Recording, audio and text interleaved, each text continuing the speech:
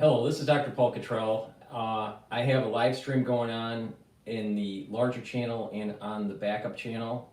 On the backup channel, you can see the dashboard of the market.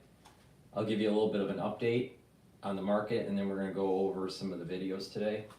So the market, again, of course, I'm doing the live stream, and for the ones that are going to be seeing this as a recording, this is on November 27th.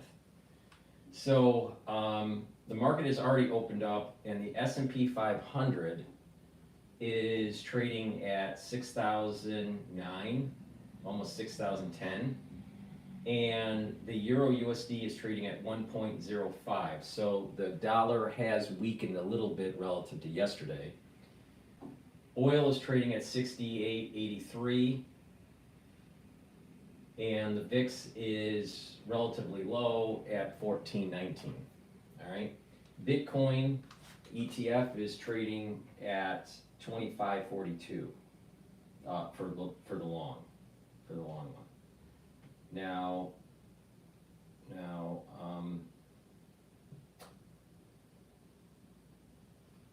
the short ETF for Bitcoin is at 23.94. So that's what's going on right now. So if you want to watch the dashboard version, you can go to the other YouTube live stream, and if you just want to watch in the larger screen, then stay at this channel. Please help support my work by going to the store, the-studio-reykjavik.com, and that way I'm going to be able to build out this live stream capability. I'm adding features to my website where you see audio podcasts that you can replay. You can also replay audio podcasts on Podomatic and Apple Podcast.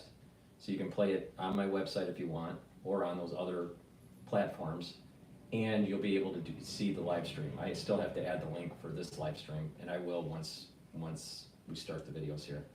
And that way, I'm building out some more capability. I'm also working on providing an app to my followers where they'll have access to my content, live stream, audio, and the store.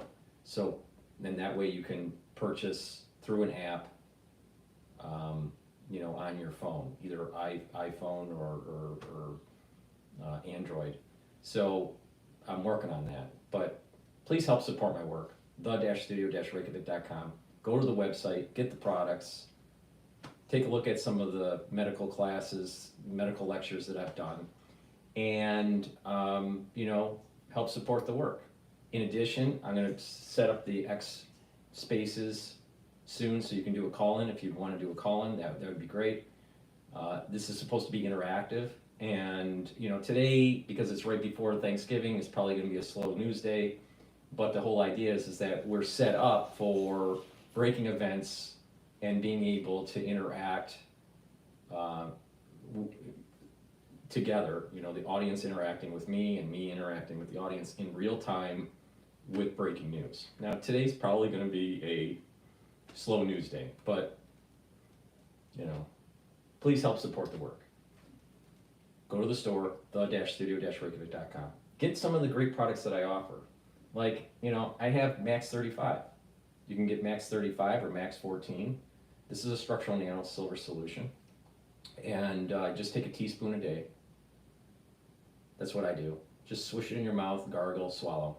Do that every day. If you're not feeling well during the cold season, take a tablespoon or two. Same thing, gargle, swish it in your mouth, 20 seconds, 30 seconds, and then swallow. It's very easy to do. Maintenance, do a teaspoon a day. I use it every day. Get the structural nano silver soaps. I have 4 different varieties on my store right now. I have it in oatmeal spice, charcoal tea tree, lemongrass, and peppermint. These are very high quality soaps, structural nano silver soaps. So it helps to support the work, and it helps to support your health. So please go to the store and get those soaps. And again, I partnered up with Rainbow Herbals, and we've created these great deodorant bars that are made from essential oils from the Himalayas, all right? Very high quality ingredients. It's a dual purpose product, all right? This will help to detoxify your body, but also work as a deodorant. It's for males and females. You can get it in peppermint, lavender, and tea tree, and you can also get it in citrus. Very high quality deodorants. Please go to my store, the-studio-reykjavik.com. So that is the product plug for this segment. Let's go to Fox, and this is talking about the Trump effect, and Israel, Hezbollah agreed to ceasefire. That was the big news yesterday, was the ceasefire deal. Now, some experts say that this is probably going to be short-lived. We are seeing oil trading below $70 a barrel. That seems to be that the market is expecting that this is going to be a positive thing, long term, but we'll see. So let's play Fox Business. And Hezbollah agreeing to a ceasefire deal, which went into effect at 4 a.m. local time. The deal brokered by the U.S. and France. This deal includes a 60-day halt in fighting. It requires Hezbollah to end its armed presence in southern Lebanon, where the Lebanese army will take control as the IDF returns to the Israeli side of the border. Residents of Lebanon and Israel also returning to their homes this morning as the deal appears to be holding. Israeli Prime Minister Benjamin Netanyahu said this: if Hezbollah breaks the agreement and tries to rearm, we will attack. Joining me now is retired U.S. Army Brigadier General and author of the Phalanx Code, General Anthony Tata. General, good to see you. Thanks very much for being here. Give us your reaction to this ceasefire deal. Yes, ma'am. This is the Trump effect. So Hezbollah knows that they've got a month and a half or so to get their affairs in order because President Trump will open the spigot to Israel of all the arms shipments that the Biden administration has been choking off for political purposes. And they also know that maximum pressure is going to come back on Iran and who's their sugar daddy there, and the arms flow and support from Iran is going to trickle down very quickly under Trump administration, coming in with a great national security team like Mike Waltz as the national security advisor. So very hawkish presence coming soon to the Middle East, one that puts Iran on its heels, and Hezbollah necessarily has to take this deal. This is their last best chance to negotiate some kind of deal before Israel is just able to completely demolish them, much as they've done in the south with Hamas. And this allows Israel to now turn its attention back to Hamas and finish cleaning up that mess and destroying that terrorist group also. So the Israelis have said that now it is time to keep the focus on Iran. Couple questions here. Are you expecting Iran to go along with this? Do you expect the Trump administration to come in and have maximum pressure campaign resuming on Iran? And where does Iran stand in all of this, I guess, is the main question. Yeah, Maria, I do expect maximum pressure to be returned to Iran. I think President Trump in my lifetime is the most adept at using all the levers of national power, diplomacy, information messaging, military, economic, cyber, and so forth, to be able to achieve national security ends, ways, and means. And President Trump is a master at this, and what he's going to do is come in and diplomatically and economically and militarily put pressure back on Iran, put those sanctions back in place, enforce those sanctions, and choke off the gravy train from Iran to Hamas and Hezbollah into the Shia militia groups. And Iran will message and they'll bluster and they'll have, they'll make their statements about death to America and all of that. But they've got to be worried now because Israel struck them twice and they didn't even know about it till they woke up. And so they know that they're at a very strategic and tactical disadvantage in this fight. And if they want to pick a fight, they'll get one and they'll lose. Well, I mean, it's interesting. Do you think that they're reading the room, understanding that President Trump is on his way back and he's not going to tolerate some of this? I mean, President Biden is also making this renewed push for a ceasefire in Gaza between Israel and Hamas, where the fighting has been going on for more than 14 months, General. Is that even possible? How do you square the Biden team versus the Trump team and what the Israelis and the proxies of Iran are seeing here?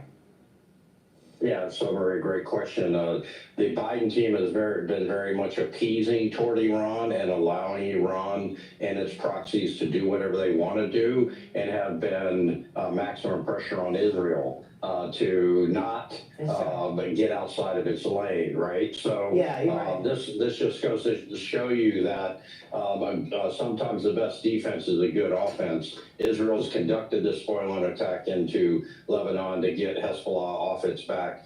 They conducted the major offensive into Gaza to destroy, and that's what Netanyahu said. He was going to destroy Hamas so they could never do this again. He's not finished that, so I don't think he's going to stop until he has. And so this peace talk in the South is a very different animal than freeing up his forces in the North. Really, that's a operational decision to hold what he's got in the North, so now he can refocus in the South and finish the job that he needs to do with Hamas. I see. Understood. General, it's great to get your insights. We so appreciate it.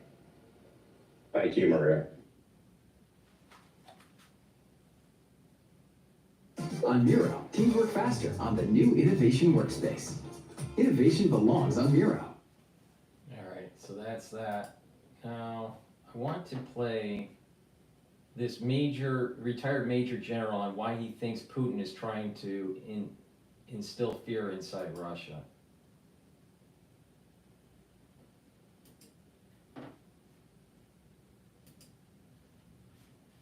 Fortify new emergency bunkers as their war with Ukraine enters a dangerous escalatory phase. Just listen to the governor of Russia's Leningrad region.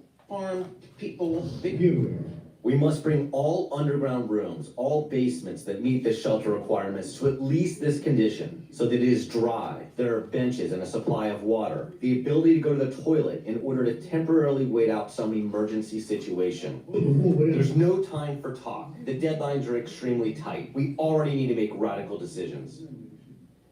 Radical decisions. Just to be clear here, I said Leningrad. It is a region north of Moscow, 500 miles at the closest from Ukraine.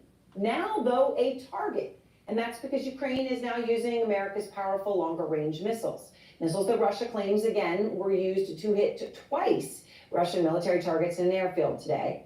We're also learning that Ukraine's air assault has reportedly injured a North Korean general and killed a number of the more than 10,000 North Korean troops that Putin has brought to help fight his war, and now, of course, in this case, in the Kursk region of Russia.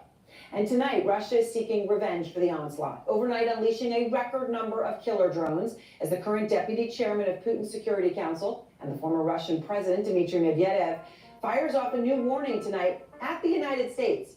Medvedev claiming that the transfer of nuclear weapons to Ukraine would be considered an attack on Russia by the U.S. He writes that, quote, the consequences are obvious. Now, just to state the obvious, of course, there is no talk of the U.S. sending Ukraine nuclear weapons, but that is not stopping this rise in rhetoric and the fear-mongering on Russian state TV. Я не знаю, когда это кончится. I don't know when it will end, but I know that it will end with some kind of missile ultimatum. Missile ultimatum. It comes as a NATO military official is warning companies in both the U.S. and Europe to prepare for a, quote, wartime scenario. And then this. Germany is hinting that Russia is behind a deadly, fiery DHL cargo plane crash in Lithuania overnight. Let me just play for you the chilling new air traffic control audio just in to out front from moments after the plane went down. Cancel your...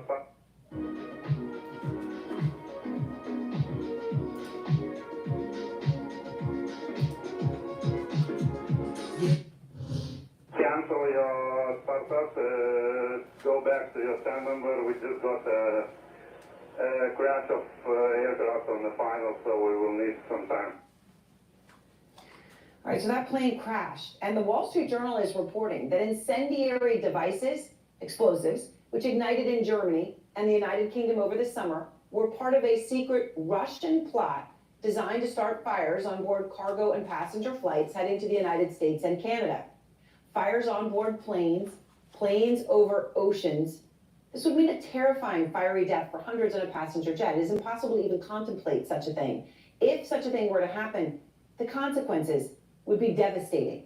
And these sobering details come as U.S. intelligence officials are now warning American defense companies to increase security precautions following several additional acts of sabotage in Europe that officials have blamed on Russia. Let's go now to military and intelligence expert Seth Jones and retired Army Major General Spider Marks.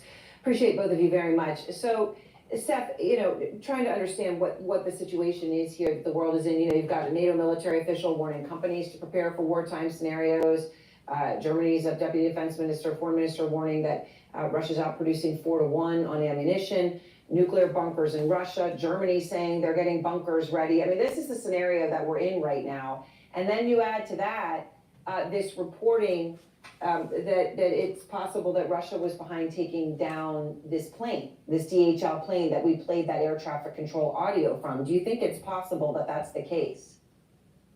Well, Aaron, it's not entirely clear whether the Russians were behind this specific incident, but I think what is clear, and a range of U.S. officials that I've spoken to have confirmed, is that the Russians are involved in a much more aggressive campaign of sabotage and subversion across Europe, particularly Western Europe. They've been involved in assassinations, strikes against weapons depots, fuel depots, targeting of oil pipelines and underwater telecommunications networks. So this is, in a sense, this is an escalation of Russian activity, mostly GRU, the main intelligence directorate of the Russian military, and the SVR, Russia's foreign intelligence agency, in Europe, really as a sign that that they can escalate in the areas in the kind of the asymmetric domain. Right, and General Marks, to that front, the Wall Street Journal talking about incendiary devices that did ignite in Germany and the UK over the weekend were part of a secret Russian plot designed to target not just cargo planes, but passenger flights heading to the United States and Canada. I mean, such a thought is really stunning to contemplate. If that were to happen, what that would mean. How concerned are you, General, about wider Russian acts of sabotage? There's no reason that we should assume that they're not going to try to take advantage of some real trade craft that they have. They're not bound by any legality. See, even the terms that he's using, tradecraft, which is a word that came right out, that's a phrase that came right out of the CIA. But like I said yesterday, I'm worried about this spin that is going on in the mainstream media where it gives the national security state a reason to ask for more power as Trump is trying to reduce their power through restructuring, going after people that were, using their power to circumvent the administration, going after citizens. So DOGE is trying to restructure the government, make it more efficient. And you have these nominees that are coming in to try to uproot some of this deep state, right? But you have the ones that are in power that don't want to relinquish power. So as Trump gets closer to being inaugurated, as Trump gets through his first quarter of the first quarter of the year of 2025, I am really concerned that something happens by the national security state that orchestrates something like 9/11. I don't know if that 9/11 event would be on the soil of the United States. It may be an event that takes place in Europe, maybe a tactical nuke or planes that get, blown up out of the sky or whatever. I don't know. But it's like a 9/11 event that forces the national security state to go to Congress and push for more power, just like the Patriot Act and the BioPatriot Act. There will be the NATO Patriot Act or whatever. I don't know what the term would be, but for sure, it seems to me that if you watch these different data points and the metadata, it's increasing the chances of the national security state having their fit, because they're going to be losing power under Trump, and they have to orchestrate an event to maintain power and gain power. And I am really concerned that Trump is walking into a trap, and that we're going to have another kind of 9/11 event. And so they will engage at multiple levels, as Seth indicated. Lots of asymmetric activities ongoing, but very precise and devastating kinetic activities as well. We should not be surprised. Again, we don't know what the facts are surrounding the crash of the DHL. We do know that there were those explosions that took place in the UK and Germany this past summer. So I think it's important for us to realize that Russia very much, and let's be frank, there's a lot to unpack here from the reporting that you've just laid in front of us. Yeah. I mean, Russia now has the narrative that the entire nation is under threat and under assault. They've increased the threat of nukes. That's not new. You've got the concern about war crimes, and we just saw that horrendous video. Video. We shouldn't be surprised by any of this. So of course there's the concern about escalation, but I don't know that the escalation necessarily will increase a decision to be made that there would be direct involvement by NATO and to include U.S. force in Ukraine. So let me ask you, Seth, you've got the Russians, obviously with their nuclear bunkers that they've been building in mass, right? And maybe some of that is real, maybe some of that is for propaganda purposes. But the governor of the Leningrad region, bring all underground rooms, underground basements, everything that could be used in some sort of an incoming missile situation, make sure you have bathroom access to get ready.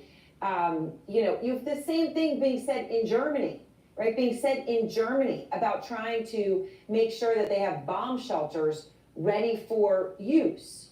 Seth, how fraught is this moment? I'll tell you, I'm Gen X, right? And I remember this kind of the scare, the Cold War nuclear scare that was going on in the 80s between Gorbachev and Reagan.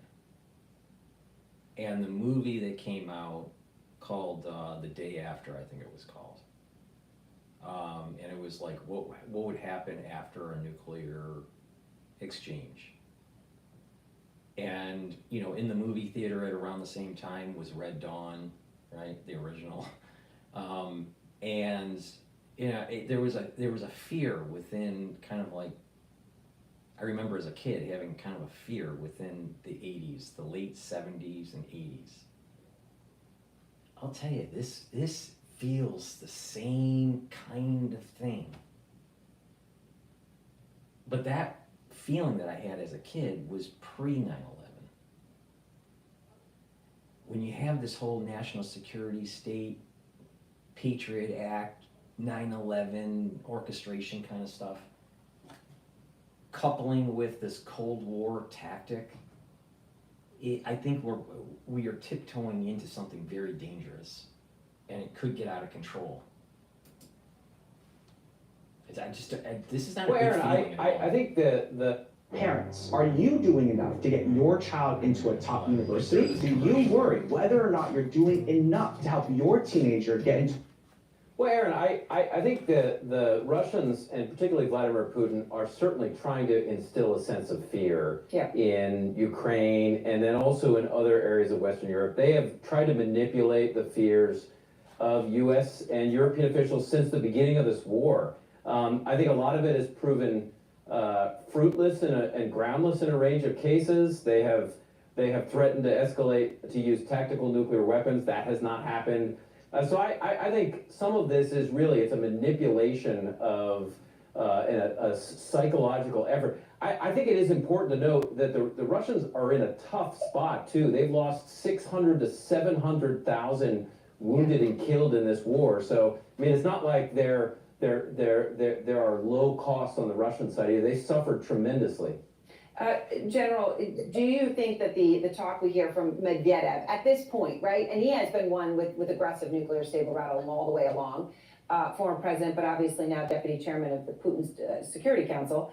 How impactful is that talk in terms of scaring Russia's foes?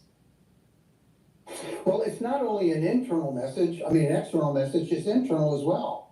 I mean, as Seth laid out, not only are they trying to instill some legitimate concern with NATO partners and elsewhere, but also internally. They want to gin up the notion that this nation is under assault. We all need to galvanize and coalesce and come together. That's the real recipient, I think, of these messages right now, because there has been, look, the threat of nukes is like music in the background. It's been there since the outset. Every step of escalation has included a threat of nukes. We have to take that seriously. We have to be very mindful of that. This is what I was saying yesterday. We've had the Damocles of nuclear exchange since I was born. Why do we still have this problem? We're worried about climate change, but we're not worried about nuclear waste or nuclear annihilation. It's amazing. But now we need to, pay attention, according to, Major General, who never won a war. Our nuclear capacity and our readiness is not at risk at all. But I really think that the recipient of all these messages are Russians. All right. Well, thank you both very much. And to your point, I'm glad Seth said it, All right. 600 to 700,000. I want to get John Hey Bolton's... kids, what do you call the NordVPN Black Friday? I want to get John Bolton's take on this whole ceasefire thing. I want to see how he demonizes The Black Trump. Friday deal. And we have some major news regarding the ceasefire agreement between Israel and... Sorry about that. Before we do that, let me just do a product plug really quick here. Please go to my store, the-studio-reykjavik.com, and get the turmeric. This brings down inflammation. It's also an antioxidant. It's part of my main pillars for slowing down the aging process. By taking turmeric, you're bringing down pro-inflammatory cytokines, you're reducing chronic inflammation, and you're soaking up those free radicals because it's an antioxidant. And it couples really well with ashwagandha root. Ashwagandha root helps to control your cortisol levels and your blood glucose levels. That's really important, because if you have high cortisol levels and if you have high glucose levels, you have more inflammation. And you want to bring down that inflammation, improve your immune system, and when you do that, you're also improving your cardiovascular system. So this is a dual purpose. You stack these together, you're improving your immune system and you're improving your cardiovascular system. So please go to my store, the-studio-reykjavik.com, and take the turmeric and the ashwagandha. Hezbollah, a terrorist group based in Lebanon that's backed by Iran. Israeli Prime Minister Benjamin Netanyahu is voicing support for a U.S.-backed ceasefire agreement and now urging his cabinet to approve it. And we have the perfect guest to talk about this, former ambassador to the United Nations and a former top advisor to President Trump, John Bolton, joins us now from Washington, D.C. Thank you, Mr. Ambassador, for joining us. As you just heard, Israel and Hezbollah have been in this open conflict now in Lebanon since early October. What is your reaction to this possible ceasefire? Well, I don't think it's going to amount to very much, frankly. I'm not quite sure why Israel agreed to it, except that the duration of the ceasefire is 60 days, meaning that it takes the government of Israel out of the Biden administration into the Trump administration, where they expect to have a more favorable audience. And the provisions of the ceasefire agreement do allow Israel to take military action during this 60-day period if Hezbollah tries to infiltrate back into southern Lebanon, which I think is very, very highly likely. So there's some optics here. There's some American politics involved, because Netanyahu and the Israelis fear that the Biden administration may do something negative on their way out the door. I think it's a temporary accommodation and one that's really very shaky even from the beginning. Should Americans be feeling better now about the risk of a wider regional war with this announcement? It sort of sounds like you're not hot on it. Well, I think Israel's been in a wider regional war since October the 7th of last year, with these attacks not just by Hezbollah, but by Hamas out of the Gaza Strip, the Houthis in Yemen, Shia militia groups in Iraq and Syria. This really was what the Iranians themselves call their ring of fire strategy against Israel, and it's been a terrible fight over the past year plus now. The real problem is Iran, and of course this ceasefire, which deals only with Lebanon, doesn't take care of the real threat to Israel and the Gulf Arab states, and frankly the United States, which is in Iran. I want to pivot a bit and ask you about some news that just came out yesterday. President-elect Trump is promising to use tariffs. As you, I'm sure, have seen, last night he posted that he intends to put a 25% tariff on all products coming from Mexico and Canada. He wrote, quote, "This tariff will remain in effect until such time as drugs, in particular fentanyl, and all illegal aliens stop this invasion of our country."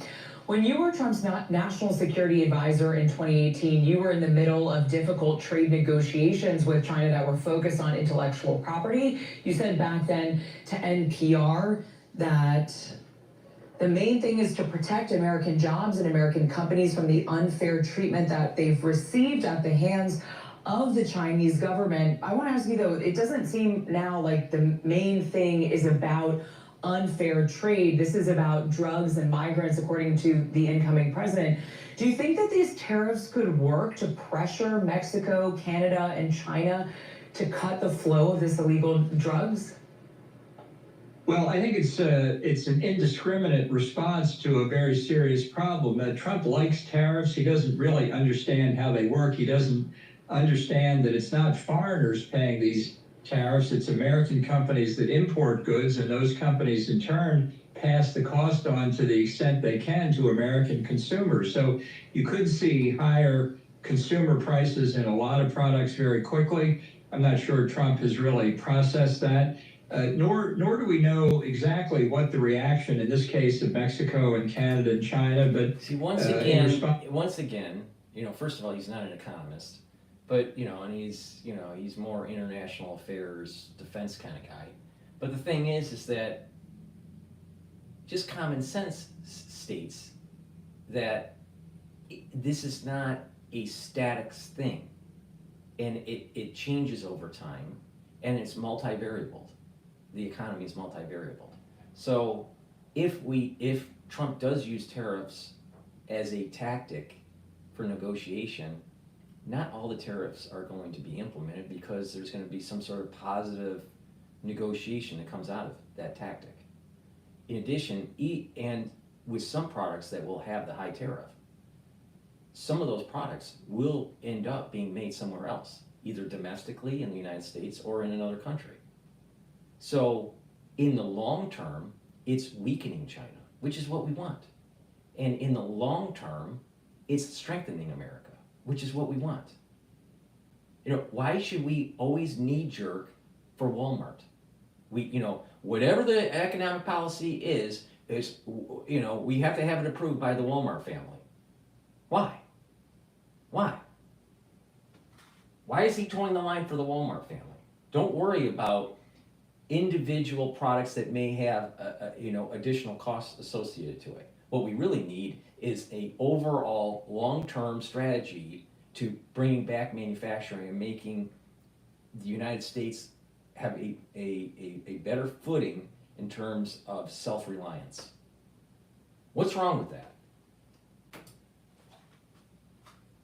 The broader tariffs Trump has proposed during the campaign, what the Europeans will do, what Japan, South Korea will do, and I don't think any of us want to find ourselves in a trade war over these tariffs. The bottom line was this. The bottom line was this. When people wanted, back in the 80s, people wanted to buy Japanese vehicles, all right, and not American vehicles, Reagan said, you want to sell your Japanese vehicle? You need to build a plant in America, and then you can sell them. That hired American workers, that helped create economic clusters, That was the right policy.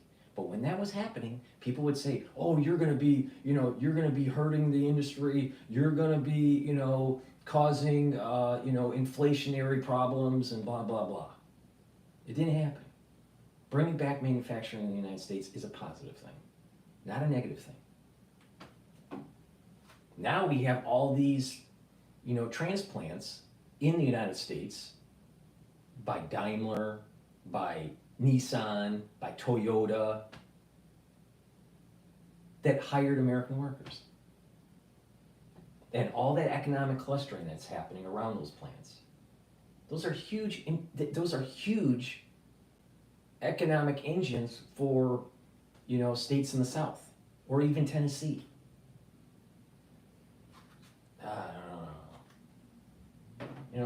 These people, I'm telling you, Trump's tariff idea is genius. It's genius.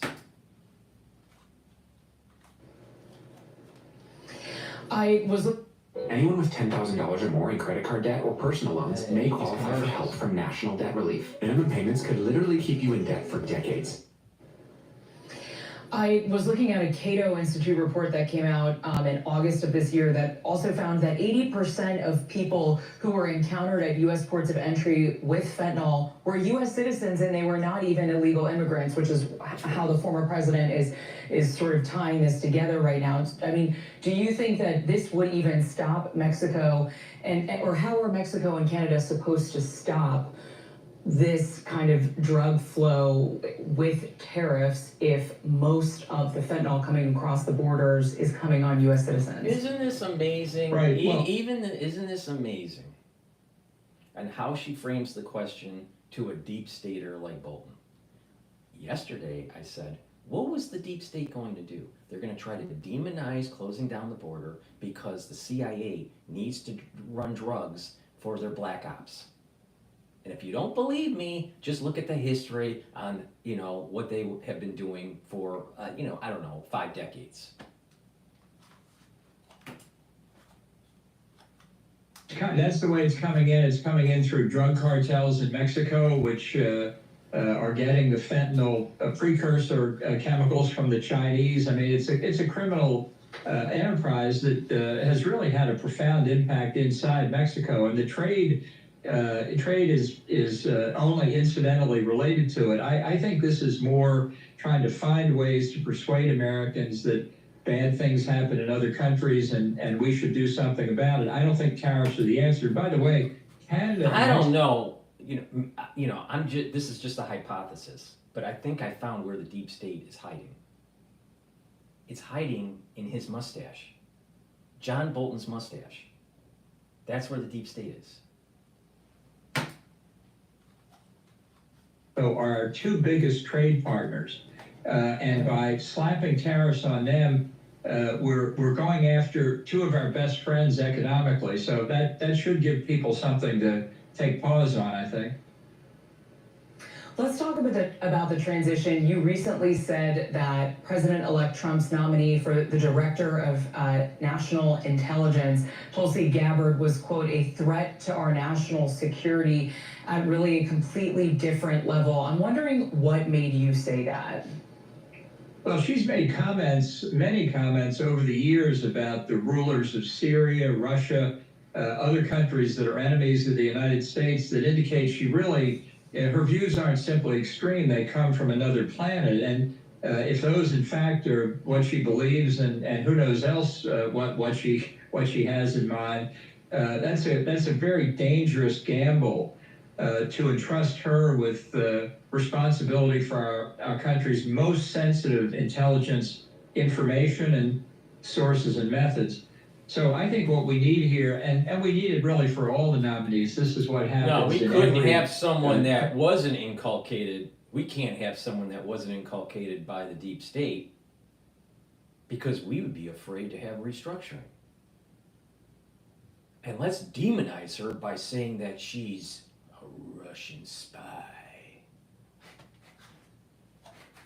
I mean, I swear, the Bolton and the crew that, try to demonize the nominees, you can read them like a book. It's like a spy novel. It's amazing. presidential transition, when a new president comes in, they need to be subject to a full field FBI background investigation. So we can learn what there is to learn about them. If there's nothing in their past, they don't have anything to worry about. But especially somebody dealing with the most highly classified information, the Senate, really the president himself, should want to know everything about such a person before they put him in that kind of job. There have been a few elected Democrats who have suggested that she is compromised by a foreign country. Do you think that? And have you ever seen any information that suggests that? I know you have had access to information that some of us maybe don't have. Yeah, because it's in his mustache. Yeah, well, look, I'll just put it this way. Some of the things she said about Russia in particular. See? As others see what have I'm said saying? as well, they look a lot like... They are playing the Russian game again, but instead it's not with Trump, like with the first term, it's his nomination, his nominees. Yeah, they must be Russian spies. What they really are people that want to restructure the national security state because the national security state is out of control. They're wasting our money. They're taking powers that they shouldn't have. And they bloated out over the decades, and they need to be restructured. Why is the NSA spending all this money to build server farms in the West, in the desert, to collect your data? Why? Why? Shouldn't we be using that money to feed the homeless? Shouldn't we be using that money to help our veterans instead of building server farms to collect data on its citizens? But Bolton, because the deep state's hiding in his mustache, everybody's a Russian spy. Repeating Russian talking points. I mean, she said a number of things that Mitt Romney, former Senator Romney, said were treasonous. So whether there are connections to foreign governments, I don't know, and I wouldn't want to make the comment without information. That's what the full field FBI background investigation, I think, will uncover, if there's anything there. And maybe there's nothing there, but if there is, we need to know about it. I want to ask you about a couple. Dude, the technology in this thing is insane. Watch this. They're going to try to demonize her. I want to ask you about a couple of men that you worked alongside with in the Trump White House. Rick Grinnell is currently being considered, according to Reuters, as a special envoy for the Ukraine-Russia conflict. And then also Kash Patel, whose name has been floated for senior roles either at the FBI or CIA. What can you tell us about them? Would they be good additions to the administration? Do you have concerns, as we have heard from some Democrats, some folks here in Washington, about either of these men? Well, Kash Patel, I would put pretty nearly in the same category as Matt Gaetz and Tulsi Gabbard. I wouldn't let him anywhere near the intelligence community or the FBI. Grinnell has had diplomatic experience. No, we can't have Kash in because he wants to restructure. He's going to perturb the deep state. We can't have Kash in there. No way. See, this is the problem with people like Bolton. This is the problem with the deep state. They're not willing to admit they need to be restructured because it's been nothing but a power grab. Now, that power grab is going on, probably since the end of World War II. But there was a major power grab right after 9/11, and they are not willing to relinquish it. And we need people like Kash in positions. We need people like Tulsi in those positions. We need people like Peter Hegseth in those positions to be able to restructure. See, what you're seeing is that battle between managers coming in to try to restructure a company and the staff that's been embedded into the old culture that's not willing to change. But the thing is, with company restructuring, most companies don't have nuclear weapons. The national security state is controlling our nuclear weapons. Big problem. he's loyal to President Trump, which is what Trump wants more than anything else. I don't, from my own knowledge, have any inside information about what he's being considered for, but he worked for me as the spokesman at the U.S. mission to the UN back in the George W. Bush administration, and did a good job. Let's see what position he's actually named to fill. Do you think that his comments, specifically Grinnell's comments in the past about the Ukraine conflict and how that could be solved, are in line with what is realistic right now in the conflict between Ukraine and Russia? In other words, would he be a good pick for incoming President-elect Trump for that role? Because it's also a role that would be new. This would be something that does not exist right now either. Right, it would not require Senate confirmation. I think his views are very similar to Trump's. I think that's one reason that Trump would pick him. He Trump wants not loyalty, but fealty from his subordinates.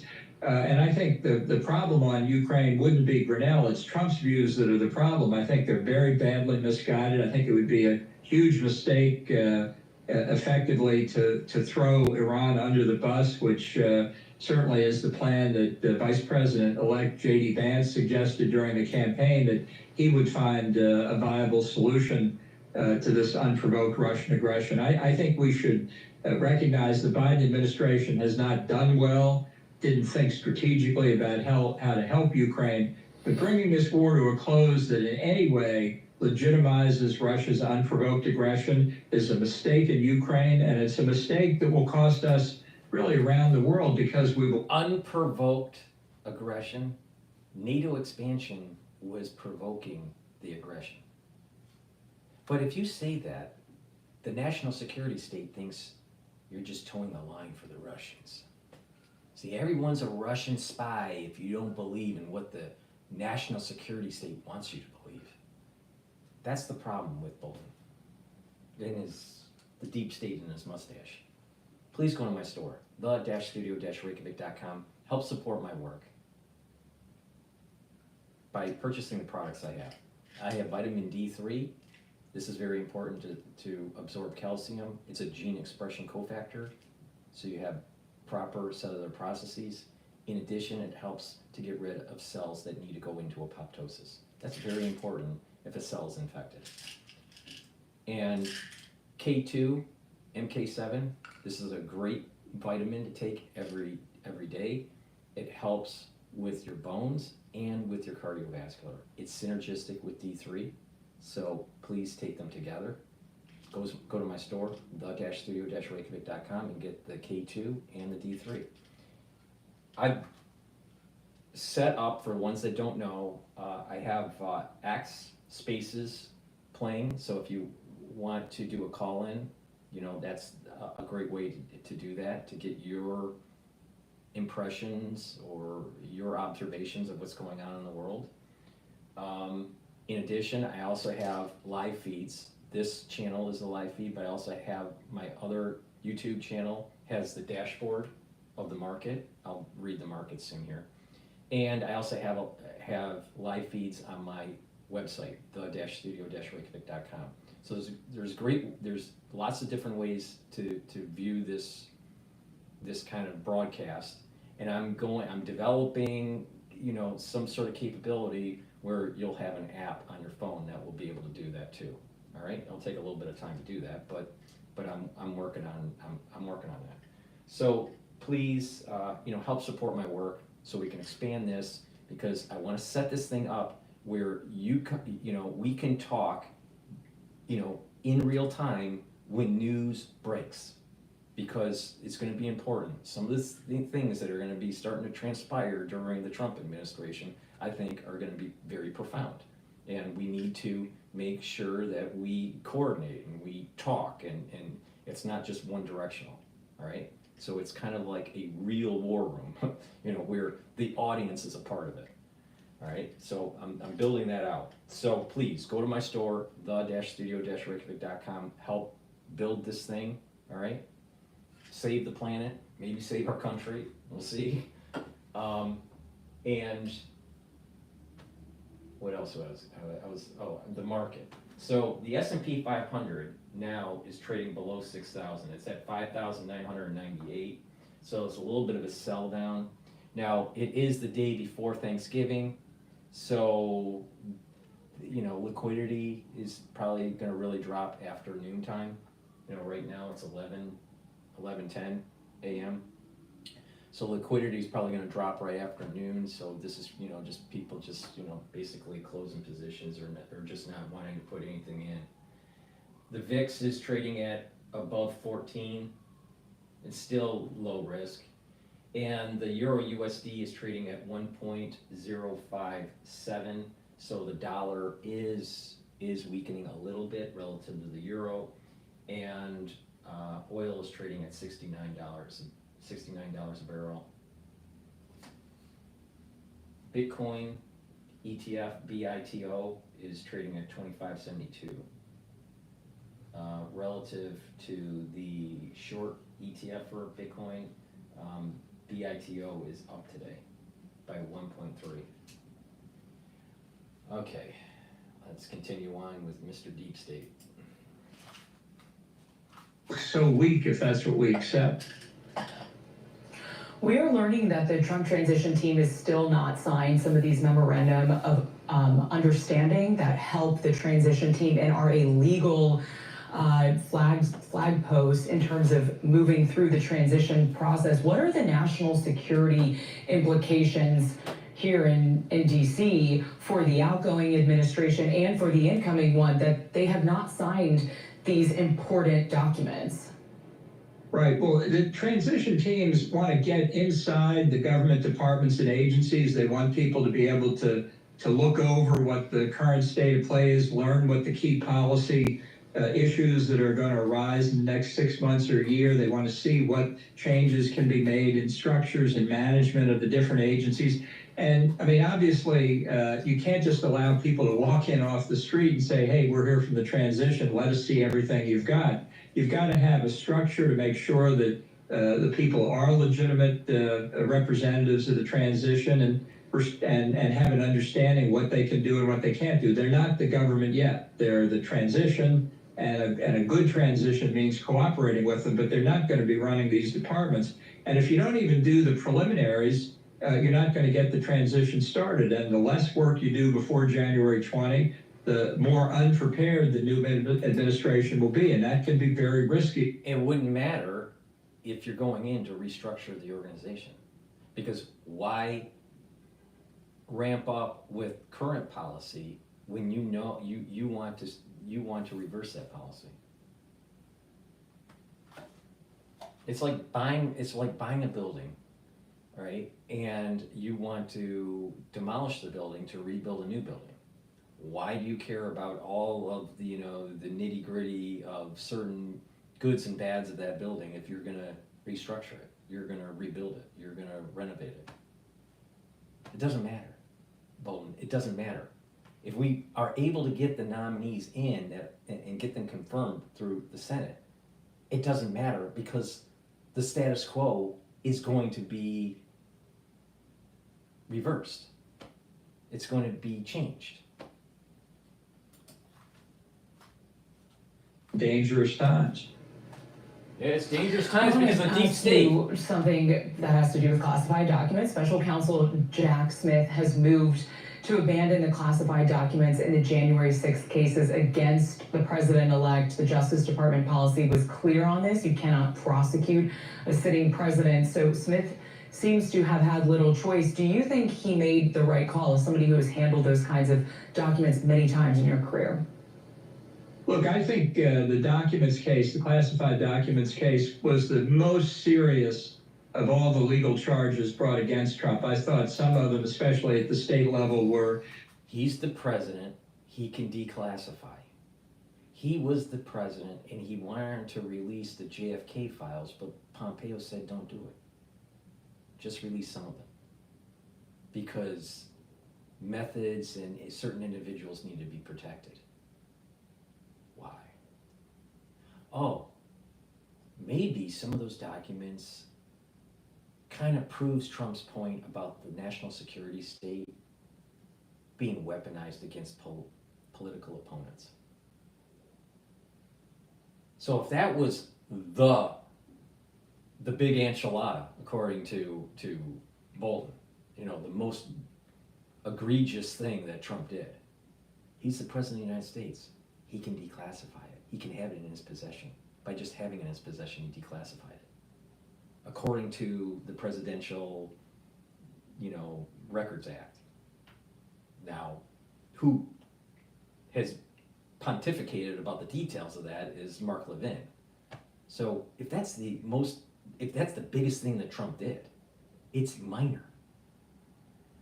Now, what is major is that Hillary Clinton had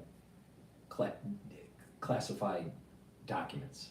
She never was president. She should have never had that. Biden had classified documents in his possession before he was president.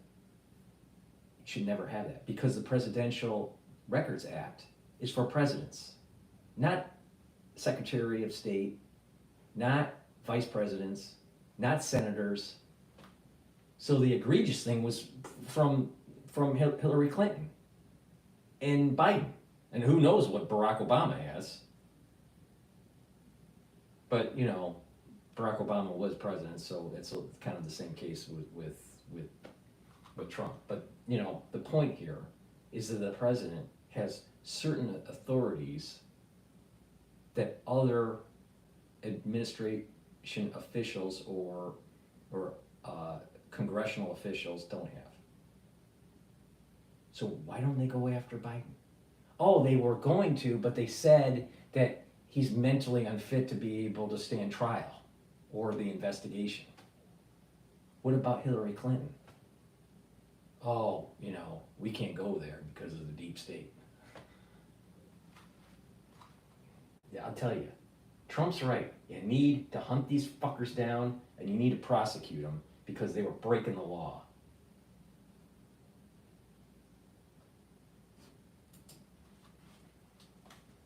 Were politically motivated, and I'm, you know, my view on Trump is clear. So I'm not defending him just reflexively. But the documents case was serious. I think Smith did the right thing. It is Justice Department policy not to prosecute a sitting president. I think what we're going to wait for now are the reports, both out of Jack Smith's January the 6th case and the document production case, which he's required to prepare for the Attorney General. Now let's just put on our thinking cap for a sec.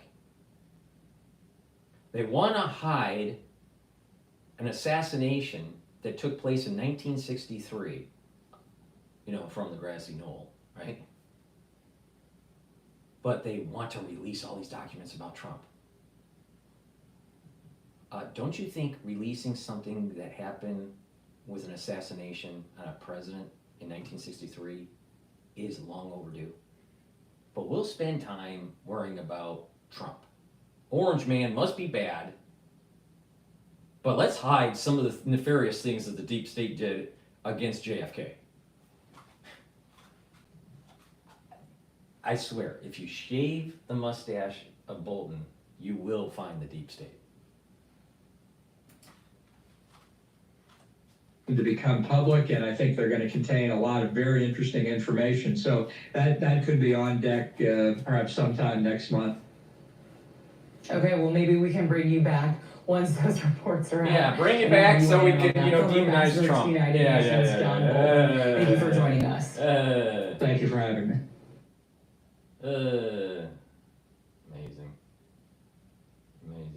Okay, let's go to Mexico, Canada, and China are flipping out because there's real leadership now. Before we do that, please go to my store, the-studio-reykjavik.com. Help support the channel, help support your health by getting the drops, these structural nano silver drops. I have it in cherry, honey and lemon, and also in blueberry. All right, these drops, there's 100 of them in a bag. They're made from structural nano silver. The moment you have an irritation in your throat during the cold season or during the allergy season, take the drops, and what will happen is it'll neutralize that irritant and maintain that mucosal barrier to to calm down that inflammatory response, all right? Really important. You want to do that right away, all right? It's just common sense. You need a couple bags in your household to be ready when that does happen.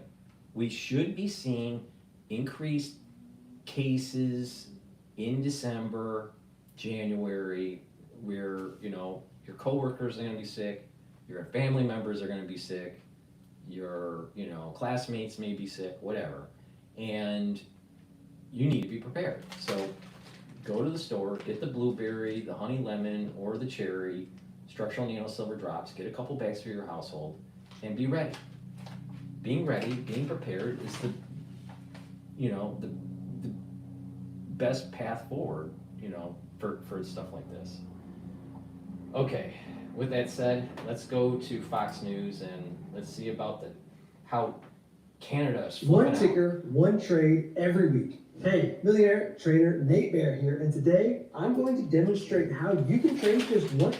Meanwhile, a spokesperson at the Chinese embassy in Washington wrote this on X: "No one will win a trade war or a tariff war." Joining me now is Florida Congressman Mario Diaz-Balart. He's a member of the House Appropriations Committee. Congressman, good to see you. Thanks for being here this morning. Give us your reaction to these responses from Mexico, Canada, and China on Trump's tariffs.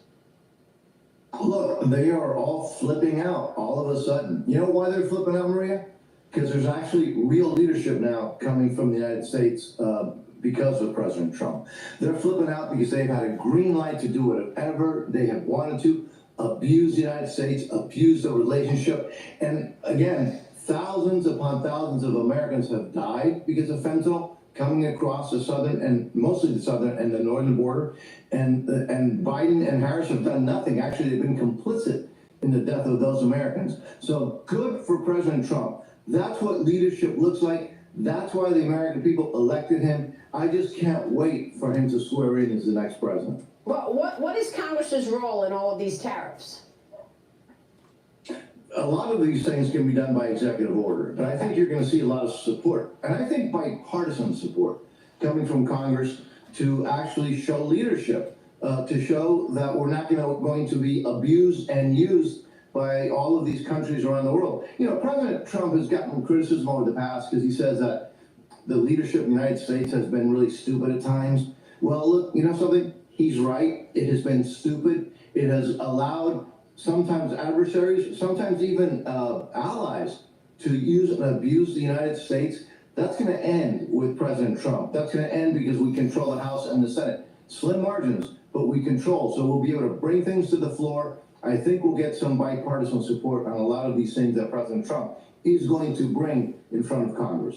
So lawmakers are facing another government funding deadline. Meanwhile, on December 20th, Speaker Johnson is pushing for a continuing resolution, which would extend the deadline into early 2025 and obviously Trump's second term. Treasury officials are now calling on Congress to unlock $20 billion in IRS enforcement money in the new budget. An official warning: if Congress does not release that money, the IRS would have to stop hiring and will run out of enforcement money during fiscal year 2025. What's your take here, Congressman? Look, we have to get the appropriation bills finalized, and we have to get the NDAA, the National Defense Authorization Bill, done. The sooner that we do it, the better. But I constantly hear, you know, the bureaucracies cry wolf, that they need something today, they need it right now, otherwise the world is going to fall apart. No. We have to get our job done. I actually want to get it done the sooner the better so that we can start with a new president, a new Congress, fresh, with the very aggressive agenda that the American people have given some mandate to do. However, I don't think the world is not going to fall apart if we don't get it done tomorrow. The sooner that we do it, the better. To clear just clear everything out so that we can start with a new agenda. But I'm not too concerned about the world falling apart right now. What is the plan on extending the tax cuts, Congressman? Are you going to do that through a new continuing resolution in January? How do you do it? I think, most things require 60 votes in the Senate. I don't know if we would have 60 votes in the Senate. I don't know if we would have that many Democrats. But we have a procedural way to do things that are strictly budgetary through this process known as reconciliation that only requires 51 votes in the Senate. So we're going to be very aggressive how we use reconciliation. And I think you're going to see a lot of really important policy changes including potentially the tax, keeping the taxes low through reconciliation. We're going to do as much as we can through reconciliation. The limit is what the Senate agrees or does not agree. Actually, the parliamentarians in the Senate agree to not agree to put in reconciliation. But we have a very aggressive agenda. We think that we have to do it all really within the first year. So I think we'll probably use reconciliation for many of these budgetary type issues. So when is reconciliation happening? We will start that, but well, actually, let me restate that. Those conversations between the Speaker, the leadership, and President Trump have already been taking place as to how that reconciliation package will look.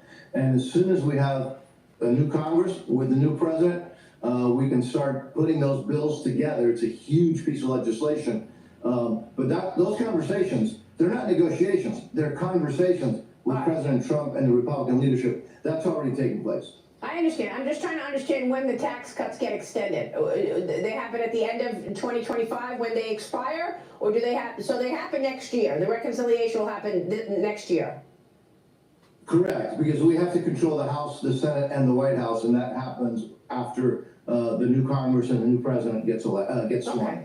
Meanwhile, Congressman, you've got the Committee for a Responsible Federal Budget estimating that in order for you and your colleagues to extend the tax cuts without adding to the national debt. I'll take the question from X spaces right after this. There's another couple minutes left to this video. Need to come up with at least $4 trillion in offsets. The committee says lawmakers can limit executive spending, reduce healthcare spending, increase user fees, asset sales, improve tax compliance, or cut mandatory spending and raise other revenues. Are you thinking about this? What about the offsets? Do you agree that you need $4 trillion in offsets? Well, Maria, you know what's not in their list? Economic growth.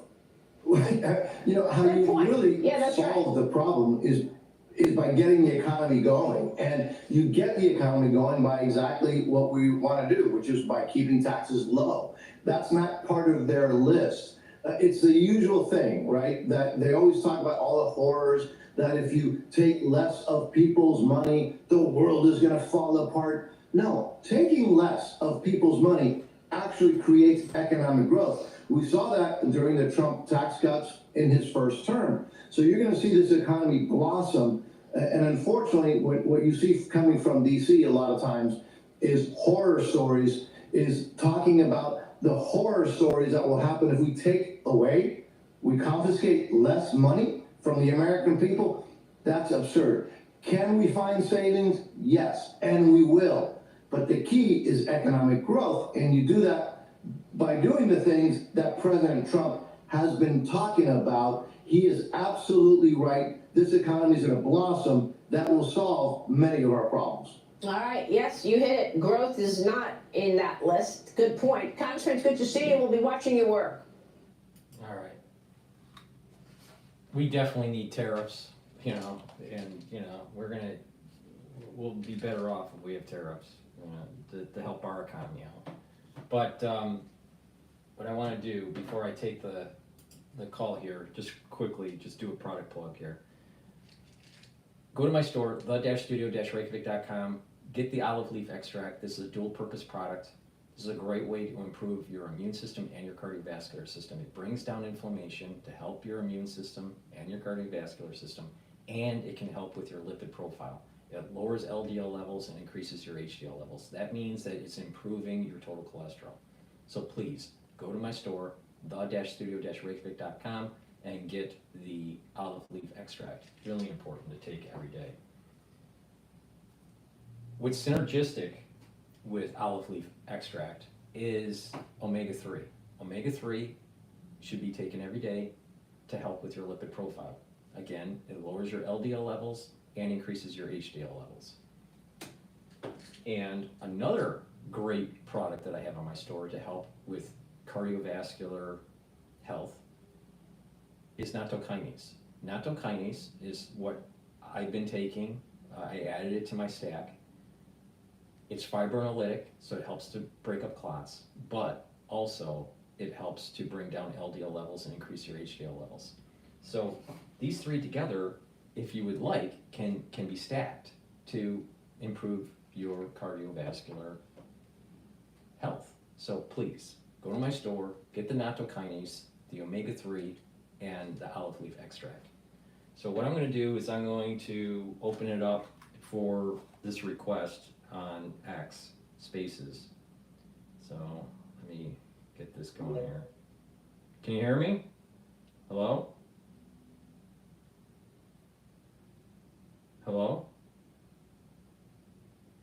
I think you need to turn on your mic. Hello? I gave you the ability to speak, but you have to unmute your mic. Hello?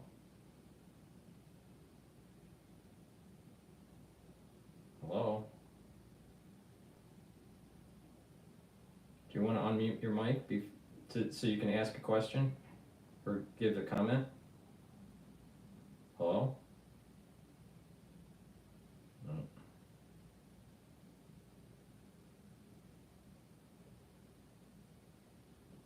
All right, I'm not sure if they want to answer or not. If you want to speak, just request again, and then I'll unmute you. But you have to make sure that your mic is on so you can ask the question. All right. Unfortunately, they didn't do that. But just a reminder for the ones that are watching live, you can call in. Just go to my channel on X, follow the spaces. For Telemetry episode 34 live call in, and then just raise your hand and you can make a comment, ask a question, whatever. All right. But it's supposed to be interactive, so the more interactive, the better. All right, what's going on here? News. Let's go to Bloomberg live here and see what they have to say about what's going on in the fixed market, fixed income. Great. You have to talk about currencies. Yeah, absolutely. So when we look at that, it's like, the yen looks like an incredibly attractive. The dollar's been on a run. And it's so weak. I mean, you can buy more than 150 yen for $1. But I think both from an economic perspective, from an interest rate perspective, and a growth perspective, you've got three nice tailwinds behind the yen right now, and it's gone against you for the last month. But it's kind of value investors. What we think is like that's just a buying opportunity. You're getting it at a better price right now to purchase that currency. How about emerging markets? Do you guys traffic in that a lot? All over, and talk about the election and tying it back to emerging markets, like great opportunities cross currents, like with regards to tariffs and immigration and the currency volatility. It's created opportunities, kind of bottoms up, kind of issue selection opportunities, and kind of where we've been favoring is economies that are more in the emerging markets that are more idiosyncratic. So kind of less exposed to generic like tariff increases on high exporting economies, rather the other side where the economies tend to be more isolated and they've had very favorable fundamentals behind them. Damn, I want to come back as a macro trader, dude. That's where all the action is. I know. Yeah. Why are we stocks guys? You could be so the next, boring. You could be the next Treasury Secretary. Yes, you could be a macro. No, I think macro trading is the better way to go. One, it reduces the idiosyncratic risk of an individual stock. But, of course, there are people that just prefer the micro, trading kind of stuff, the individual stocks. But I think macro is the best way to go. World, right? And there was a time right before the great financial crisis, or right before Brexit, when I said, an argument can be made, and I was in London making this argument, that London's right there with New York in terms of a global financial Yes. In terms of a global financial capital. And then Brexit happened, and look where they are now. I mean, remember before Rudy Giuliani started dripping, hair dye down his forehead, he used to go on this big whirlwind tour saying New York is the capital of the world, and always say, our city is better than yours, talking about LA. Yes, exactly. Those were the days. Those were the days. We were killing it back then. We were. We gotta get. We had Whitney Tilson? Yeah, we had him in earlier. Yeah, I had him on my television program as well. I think that's a pretty interesting candidacy, and we'll see how far it goes. But if he gets the support of the New York Post, I think he's got a lot of wind behind his Interesting. sails. It's gonna be a crowded race, though, right? Yeah, but everybody's to the left of Adams except for Tilson. And I mean, in the Democrats, right? Obviously, you're not going to have a Republican governing this city. Very good. All right, coming up, we're going to check in with Barry Ritholtz. Now, there's some economic market things we could talk to him about. Well, let me just talk about cars. Yeah, Let's just do absolutely. that. All right. He S&P just 500. converted his 911. He bought a classic 911, like a 70s 911, ripped out the engine and put in a battery. What? All right, but that's Sacrilege. That's where we're going to start right there. We're going to have more coming up. This is Bloomberg. Good morning. All right. So I want to go to the Hill, and they're talking about the trade wars that have been going on.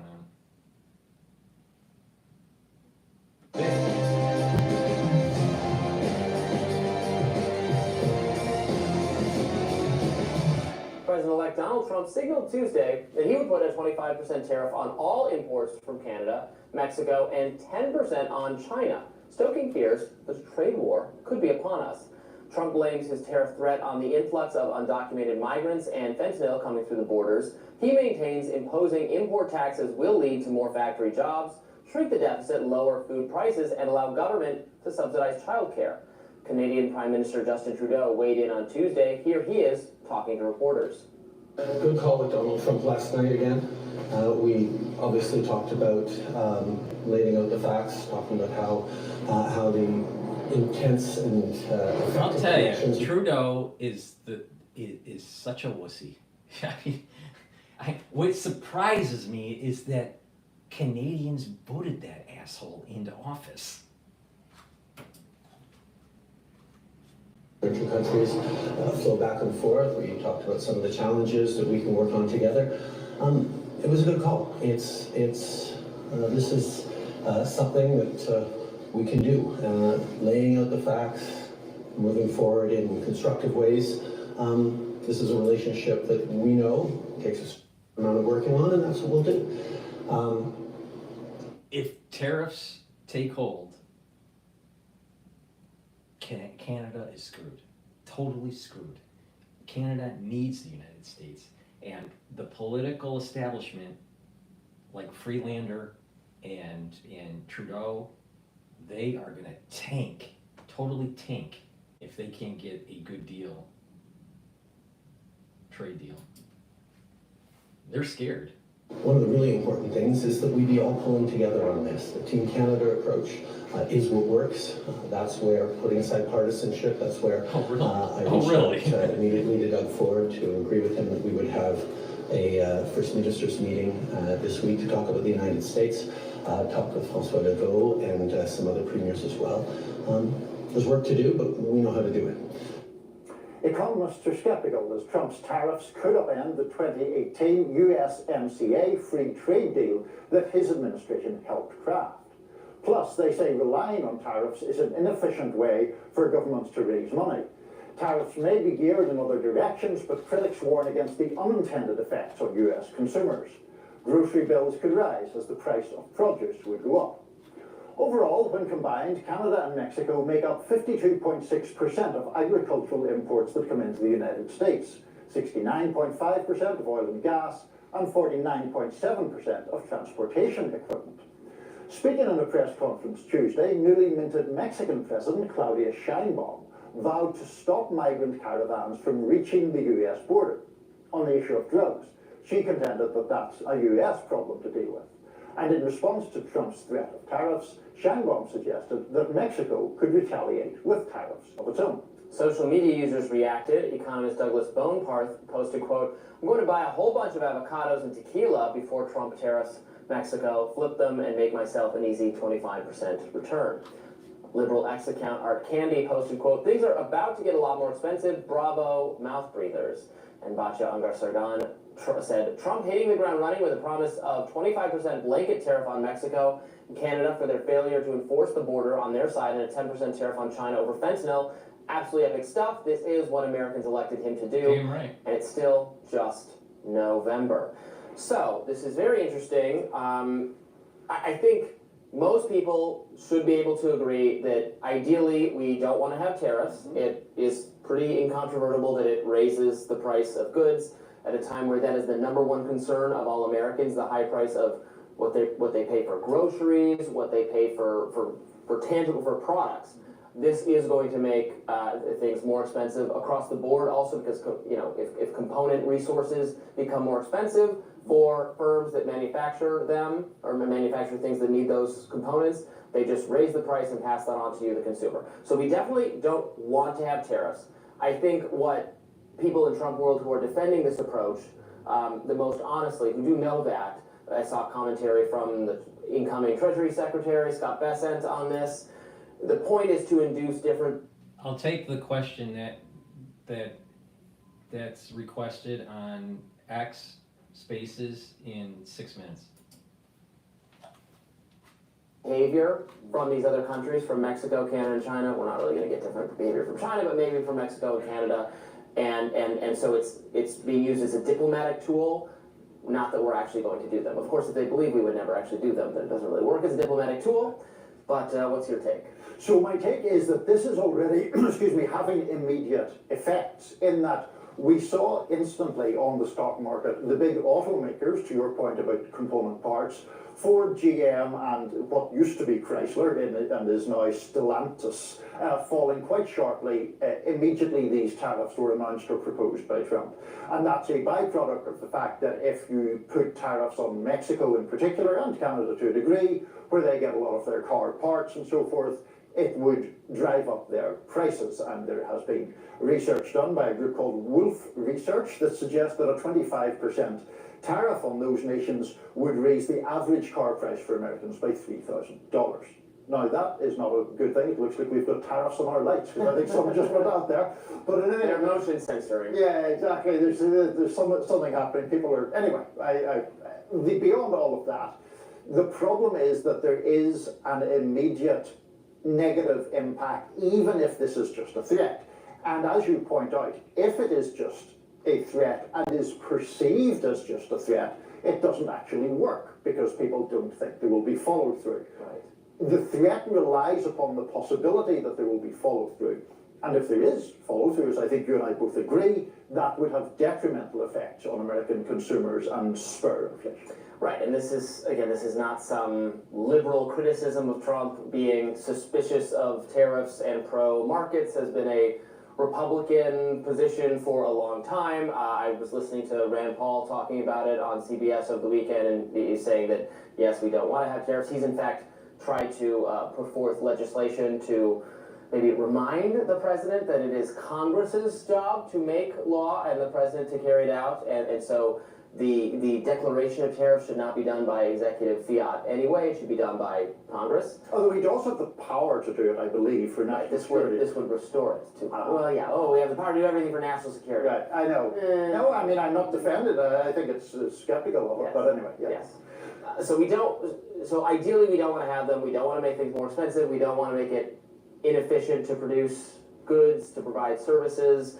And then if we tariff them and they tariff us. So, this is just like blowing up bridges or deciding to make things more expensive for no reason, or creating work. It creates some category of jobs or extra work for some people, which is good, but we're not all workers in one specific field. We're all consumers in a large economy. So you don't want to require that, to build a house, you have to get a jog and circle for 5 miles before you do it. That would create more work, but it would just make the price of everything more expensive. It just creates inefficiency for no reason. Right. So we don't want to do this. So I'm hoping this can be used just as a negotiating tactic and not actually something that gets imposed. I wonder if the concept that you just described was sufficiently covered by the media during the campaign. We often criticize the quote-unquote mainstream media from other perspectives here, but the tariffs issue, there seems such widespread agreement that tariffs are fundamentally a bad idea. And yes, I know Trump imposed some limited tariffs in his first term, and I know that Biden didn't get rid of them all. Well, that's what I should say. But this is not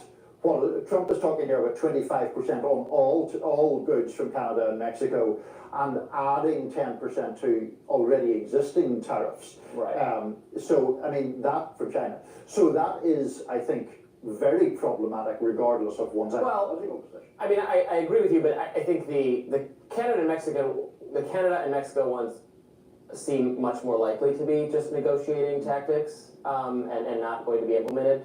And with the China one, which might actually go into effect because we're not going to get China to do anything differently, is more just kind of a continuation and in line with what Biden already did on this front. That is a a shame from my political vantage point, but there has been much more continuity on this aspect of policy than just about anything else between Trump to Biden and now to Trump again. I think Democrats, it would be difficult, I think, I mean, you can disagree with me if you want, I think it would be hard for them to run on, or would have been hard for Kamala Harris to run on, no, tariffs are bad, we're totally against them, when their administration was for that. I mean, that could have been a way she distinguished herself from Biden if given that she said, you know what, that I would have agreed. That would have appealed to me as a swing voter. If she said, yeah, the tariffs that Biden did are economically destructive, and we know those raise the price of things, and that was a mistake, and I don't want to do them, and we're going to have less tariffs. And under Trump, you will have tariffs, and you will pay more in prices. That would have been an appealing message. I think what Democrats would argue is there's a difference between targeted tariffs, which do It's not just the tariffs. It's building a manufacturing base so we are more self-reliant, especially if there is a war in the Pacific. Still have an effect, and there's all sorts of issues where China retaliated and These people are one-dimensional. Farmers in Iowa. But in any event, there's a difference between targeted tariffs and blanket tariffs, which tend to have. They're only focused on the tariff side. They're not looking at the multiple. Well, I know I'm stocking up on tequila just because that's what I do every weekend. Lots more to come on Rising. More news soon. Please pay. All right, so I'm going to be taking a call from X, but before I do that, let me just do a quick product plug here. Please go to my store, the-studio-reykjavik.com. Get the resveratrol. I've been taking resveratrol for decades. This is an antioxidant. It helps to improve the health of the mitochondria. Mitochondria is really important for your ATP. You need that for energy for your cells.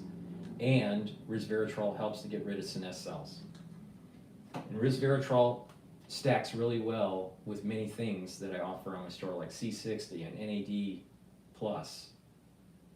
NAC, and ubiquinol. So for NAD+, NAD+ is important to boost up energy levels, help to repair DNA damage, and also to help with neural health. Very important as you get older. So please go to my store, get the NAD+, stack it, and you're going to start seeing the benefits and the slowing down of the aging process and boosting up your immune system and your and health of your neurons. Ubiquinol. Ubiquinol is the best bioavailable CoQ10 that you can buy. All right? This is a very high quality product. Go to my store, the-studio-reykjavik.com. Get the ubiquinol. This is important because it's an antioxidant. It helps with energy levels, helps with the health of the mitochondria, and it helps with the health of your neurons. So when you get older, you need to really boost up your neurons. Very important. So please go to my store, the-studio-reykjavik.com. Get the ubiquinol. This is very high quality. I've been taking CoQ10 for a long time. Ubiquinol is the best way to absorb CoQ10. So please go to my store and get the ubiquinol, add it to your stack. So I'm gonna open it up to this request on spaces, and hopefully this works now. Hello? Hello? You have to unmute your mic if you want to talk. Hey Paul, what's up, buddy? Hi, how you doing? Man, I'm doing great. It's a pleasure to talk to you, man. First time caller, long time listener. Great. Man, you're the man. Well, hey, let me crank my car up real quick. I was just got back to the house from Honey Bay Camp. Gotta have a good hand for the holidays, right? Right. So you're getting ready for the Thanksgiving. Yeah, man. That's Yeah. great. Absolutely. Yeah. Now, hey, listen, nobody was more right than Paul Cottrell on COVID-19, right? Yeah, but that's true. But I try to stay away from saying certain words because of the censorship on YouTube. So let's try to stay away from certain words. But I appreciate you watching and calling. Do you have any comments or any questions? No, I mean, listen, I think what you're doing is great. I love the work that you've done with George. I've been following it for a long time. I've got a lot of the same interests that you have with from financial markets to medicine. I'm not a doctor, but I do play one on TV. No, I'm a retired pharmaceutical rep. Yeah. That's, Oh, my father retired from AstraZeneca as a pharmaceutical rep. Oh wow, yeah. Yeah. I was with Merck for almost 22 years, and so I just retired, and I actually just went back to work with another company. So no, I'm really excited about that. Yeah, what happened with my father was that he retired in I think it was 2008. So he got hit by the whole Lehman debacle. So his savings was like cut in half. Oh man, it sucked. And he chose to retire early. He chose to do it at, I think, age 62, age 63. And I in a way I'm glad that he did, because you know that my father is in the nursing home now, right?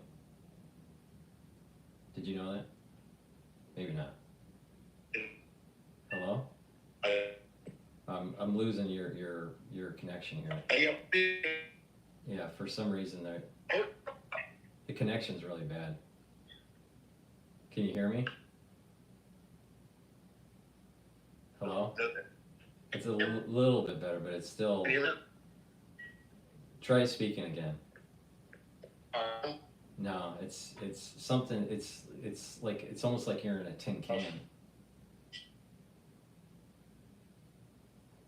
I don't know if you can hear me or not, but my father, he retired a little bit early, and I'm glad that he did, because he ended up getting ischemic dementia in his mid 70s, or late, about 78 when I think is when he got his ischemic dementia. So at least he was able to enjoy his retirement, as much as he could. So I guess retiring for him a little bit earlier was better. But yeah, he was affected by that whole Lehman crash. Can you hear me now? Hey, can you hear me better now? Yeah, it's better. It's a lot better. Can you hear me? Yeah. Yes. Okay. Yes. All right. Good. Yeah. So yeah, my father. Yeah, my father. He tried to retire a little bit early. But he was right in that whole Lehman crash thing. It sucked. It really sucked for him. Yeah, I hate that, man. It's that thing affected a lot of people. So. Mm-hmm. And he started pharmaceutical sales when he started pharmaceutical sales in the 70s, late 70s, and it was like totally different. He was in ophthalmology sales, and he was working for I think a company called Cooper, and then they were bought out. There was like lots of consolidation going on in the 80s, and then eventually he ended up at Johnson & Johnson under IO Labs. And then eventually he left there and then started working for AstraZeneca. But, yeah. Well, it sounds like he had a great career. So that's fantastic. No, he saw a lot. He saw huge I changes. Huge changes in the industry. Yeah, there's big changes, man. I tell you. So how old were you when you went back to med school? I started my medical school journey in my late 40s. So. You're about 52. So, I have thought times about going to medical school myself. I don't know. I've just over the years that was a strong thing for me. Many years I thought go back to school, but I got a bunch of kids, and I was like, I don't know, it's pretty tough. Yeah, I mean, it's just, I think that it's important to just, it's important to look at family life and side on spending time with family more than, pursuing other credentials or stuff like that. Life is very short. And it's just, I think this is a lesson learned that I saw with what happened to my mother and father. So I think it's very important to just kind of enjoy your life. And you don't have to, constantly be chasing something. There's no There's, plus the industry, things are things are totally changing with AI and regulations and I'm sure you saw huge regulatory problems even in pharmaceutical sales, through you. Oh yeah, and they've introduced AI in pharmaceuticals as well. I mean, you kind of see where it's going in a lot of ways. Some parts of the business. I mean, I can remember back in the day where they wanted us to get, they wanted us to get our customers, their email addresses, and I was like, okay, and the reasoning was, well, you can send them information that they need, and I promised them, I said, I will never ever send you something unsolicited. I'll only send you something that we've had a conversation about something, and I think it's something that'll answer a question or be beneficial. I'll send it to you. But like now, I don't know for sure, but I don't doubt in my mind that they don't just. It just goes into a junk box. It just goes into a junk box. Yeah. Unless they really want the information, they know the person, or they really want the information or an update.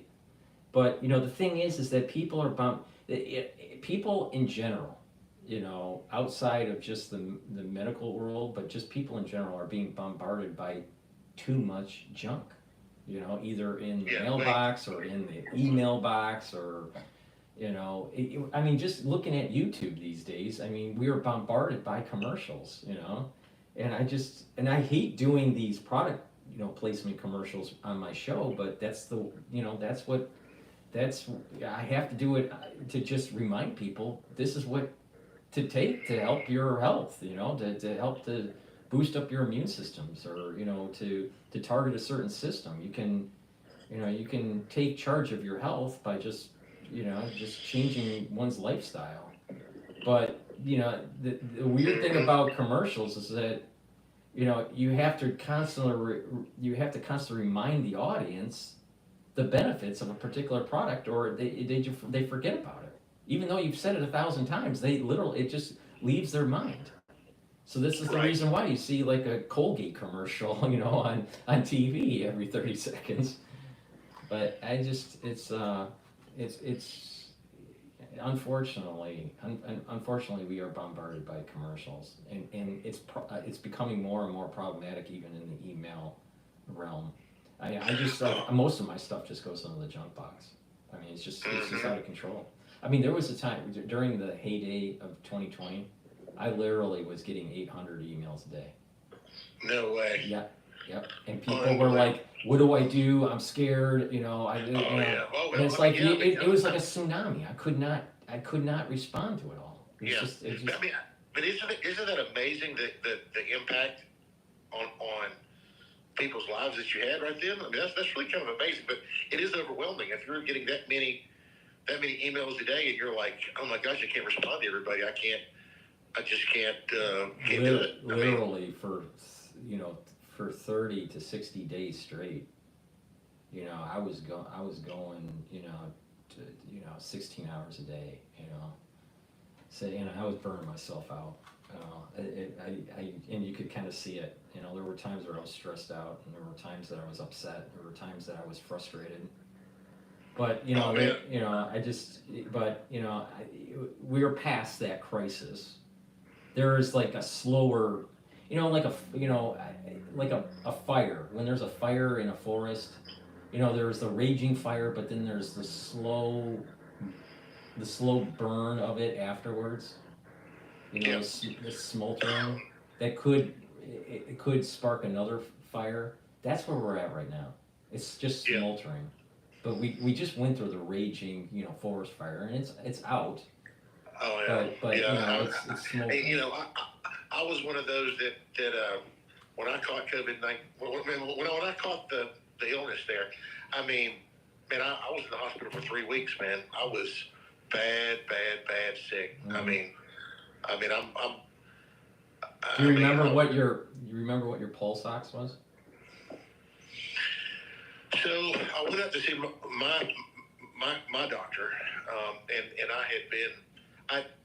I had just kind of got I had like a telemark. It was like a telehealth lunch with a doctor in another part of the state, and he heard me cough, and he's like, "You need to go get that seen about." And I'm like, "I am." So I went to go get it seen about, but I had to wait a couple of days.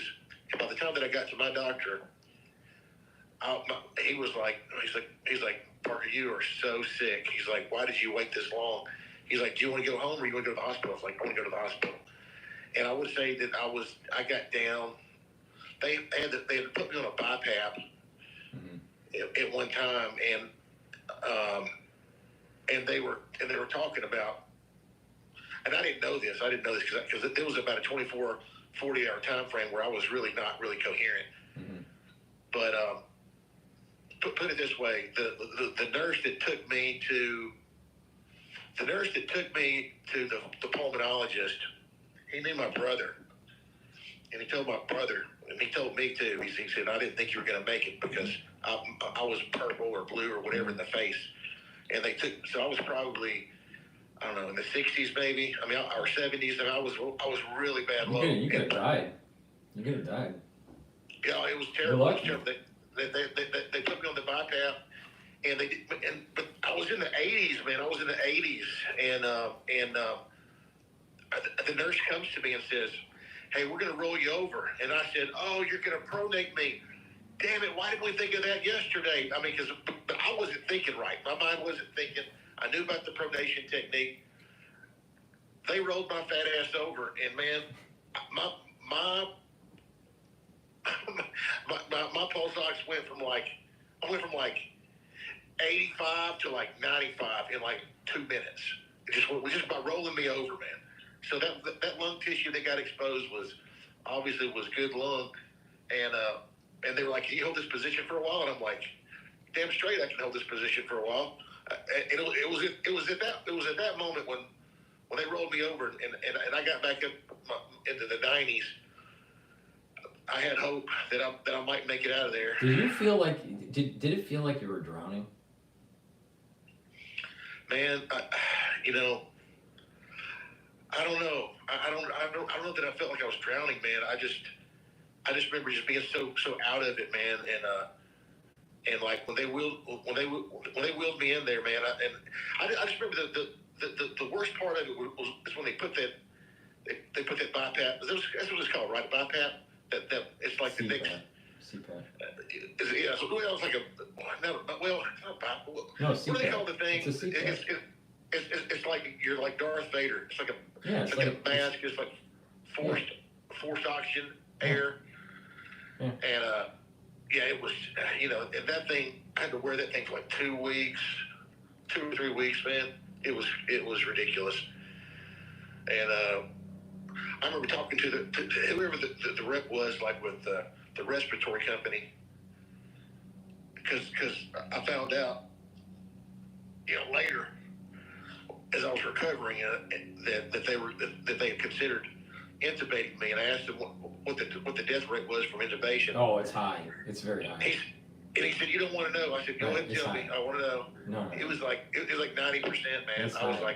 I was like, shit. No, that's the problem. Is once you go down that road, it's almost like a point of no return. Yeah, it was. Yeah, but I mean, like I said, about 48 hours there, man. I really don't remember much. I just kind of in and out of consciousness. That's why it's so important to keep that pulse ox up. Oh yeah. Because as it drops, it keeps on dropping and dropping and dropping, and they can't. You just can't stop the precipitous drop. The only solution after that is intubation. Yep. Well, it was bad, man. I just to be that sick. So that's the thing that a lot of people don't understand is that just imagine being in a situation where you see a patient and they just keep on getting worse and worse and worse. You're trying everything and they're just getting worse and worse and worse to the point where they either they can't breathe and they're not getting enough oxygen into their blood, or you have to intubate them. And but you also know that if you intubate, they're probably going to die. But if you don't, they're probably going to die. So I mean, so there's no that's why it was so important for people to like right away, take care of it instead of it, getting worse and worse. A lot of people just let it get worse and worse. But I don't want to focus on what happened during the crisis because of just the censorship on YouTube. So I've been trying to stay away from these kind of topics. So let's. I'm sorry, bro. I didn't mean to.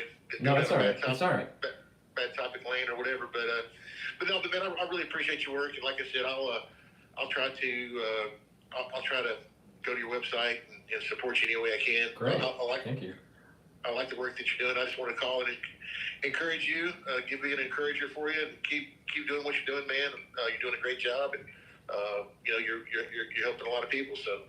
Right. Well, that was the goal, but it's I'm trying to create something where it's a little bit more interactive and more live, live interaction. I do think that as Trump's administration, gets, established and we're moving through his second term, things are going to happen geopolitically and even domestically that I think that'll be important to cover, and I think a lot of people will have some insight, and that's why I'm trying to create this interactive kind of setup. So. Well, like I said, you're doing a great job. Stay positive and keep going and keep working, and just you eat an elephant, you eat an elephant one bite at a time. So just keep going. Right. Okay. Well, thank you very much. I'm gonna go back to the show here, but thank you for the call. I appreciate it. You're welcome, buddy. I'll keep listening. See ya. All right. Have a good day and have a good Thanksgiving. You too, buddy. Bye bye.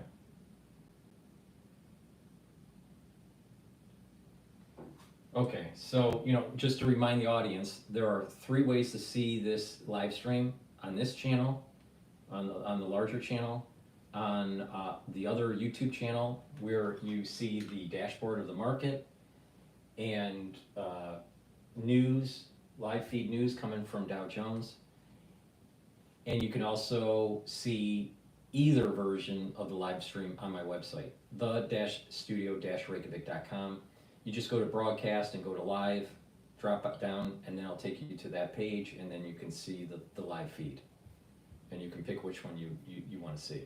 So that's a great way to see. Also, just a reminder, you can join on X Spaces, and if you want, you can do a call-in, ask some questions, give your opinion on what's going on. It's a great way to interact. That's the whole goal of this. So, please participate that way. Let's continue on with this, the Hill, and then we'll go to another video here. And I'll be delivering speeches with the cadence of Kamala Harris. The Hill's done. So let's. If we keep this up, stay tuned. Alright, so what's going on with... Alright, let's go to this turkey. Since we were talking about Thanksgiving, this is Fox Business talking about Thanksgiving. You can call me Detective Alex Cross. You're not in my head. Definitely commercials. Rent-free. Right here, right now. We'll show you how. This is the premium Garmin Duffel 45-liter by Half Day. It's a transforming 2-in-1 travel duffel bag for long weekends, weddings, and business trips. Apologize for all the commercials. So as Thanksgiving approaches, we have so much to be thankful for, particularly as Americans, right? This renewed animal spirit, it's not just markets, it's the country. Everyone's hoping for prosperity without inflation. However, higher prices remain central, certainly at this moment, a central theme for our economy. Although along with the cultural battle, persistent inflation, obviously, probably the most significant factor with the election outcome. And some of the more egregious price increases, really ironically, cross the cultural battle would be pumpkin spice latte. I just want to show you this. It is actually up huge, more than home prices since 2005, 94% and 73% respectively. I mean, the election overall, listen, it was all about that. But the gaslighting, even though the election is up. Pumpkin spice lattes are up 94%. I mean, come on. We have runaway inflation going on here. Actually, a pumpkin spice latte sounds good. The gaslighting continues. Check this out. NBC taking severe heat on a report that this upcoming Thanksgiving meal will only cost $5.80 a head for 10 people. Well, I shared it on X, and here's some of your responses. Let's just say that you're not buying it either about this. Listen, one viewer is tweeting a single wing. By the way, I love this. It's attractive, right? A wing with some garnish there.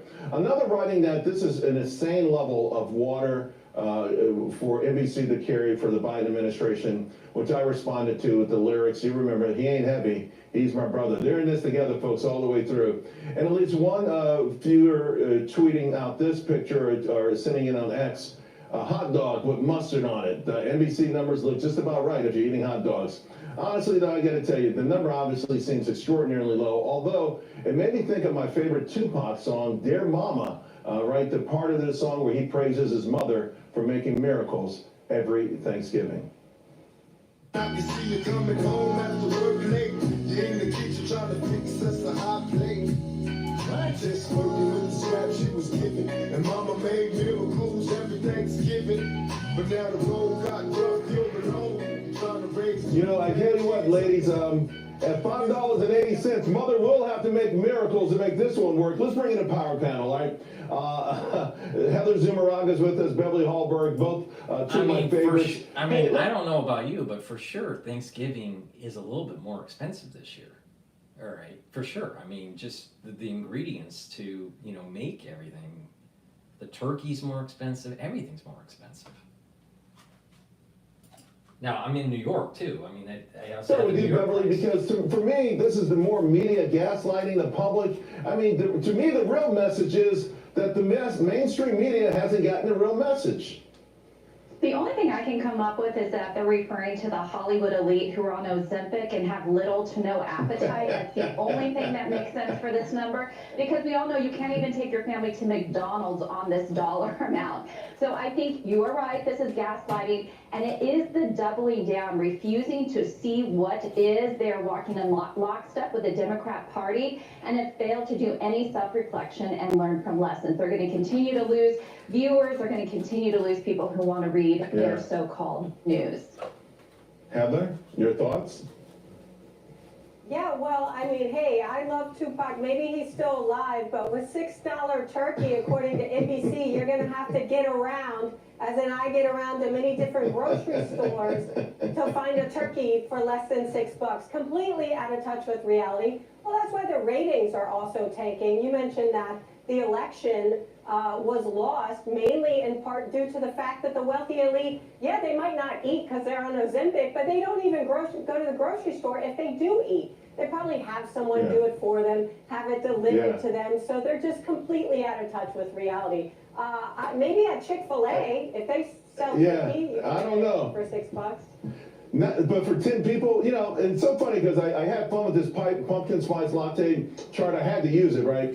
But that crowd, they tried to get Harris across the finish line, and they couldn't, but they do have a lot of money. They spend a lot of money. And I want to go back to you, Heather, because I think that chart explains the inflation conundrum. Rich people are out there, the top 20% are doing 40% of the consumption. So all your, a lot of your consumption data, your retail data, it remains high. The Fed's got to keep rates at a certain level, but everyone else is grappling because their credit card rate just went from 13% to 23%. How do we solve something like that? Well, yeah, one way we solve it is Another commercial there.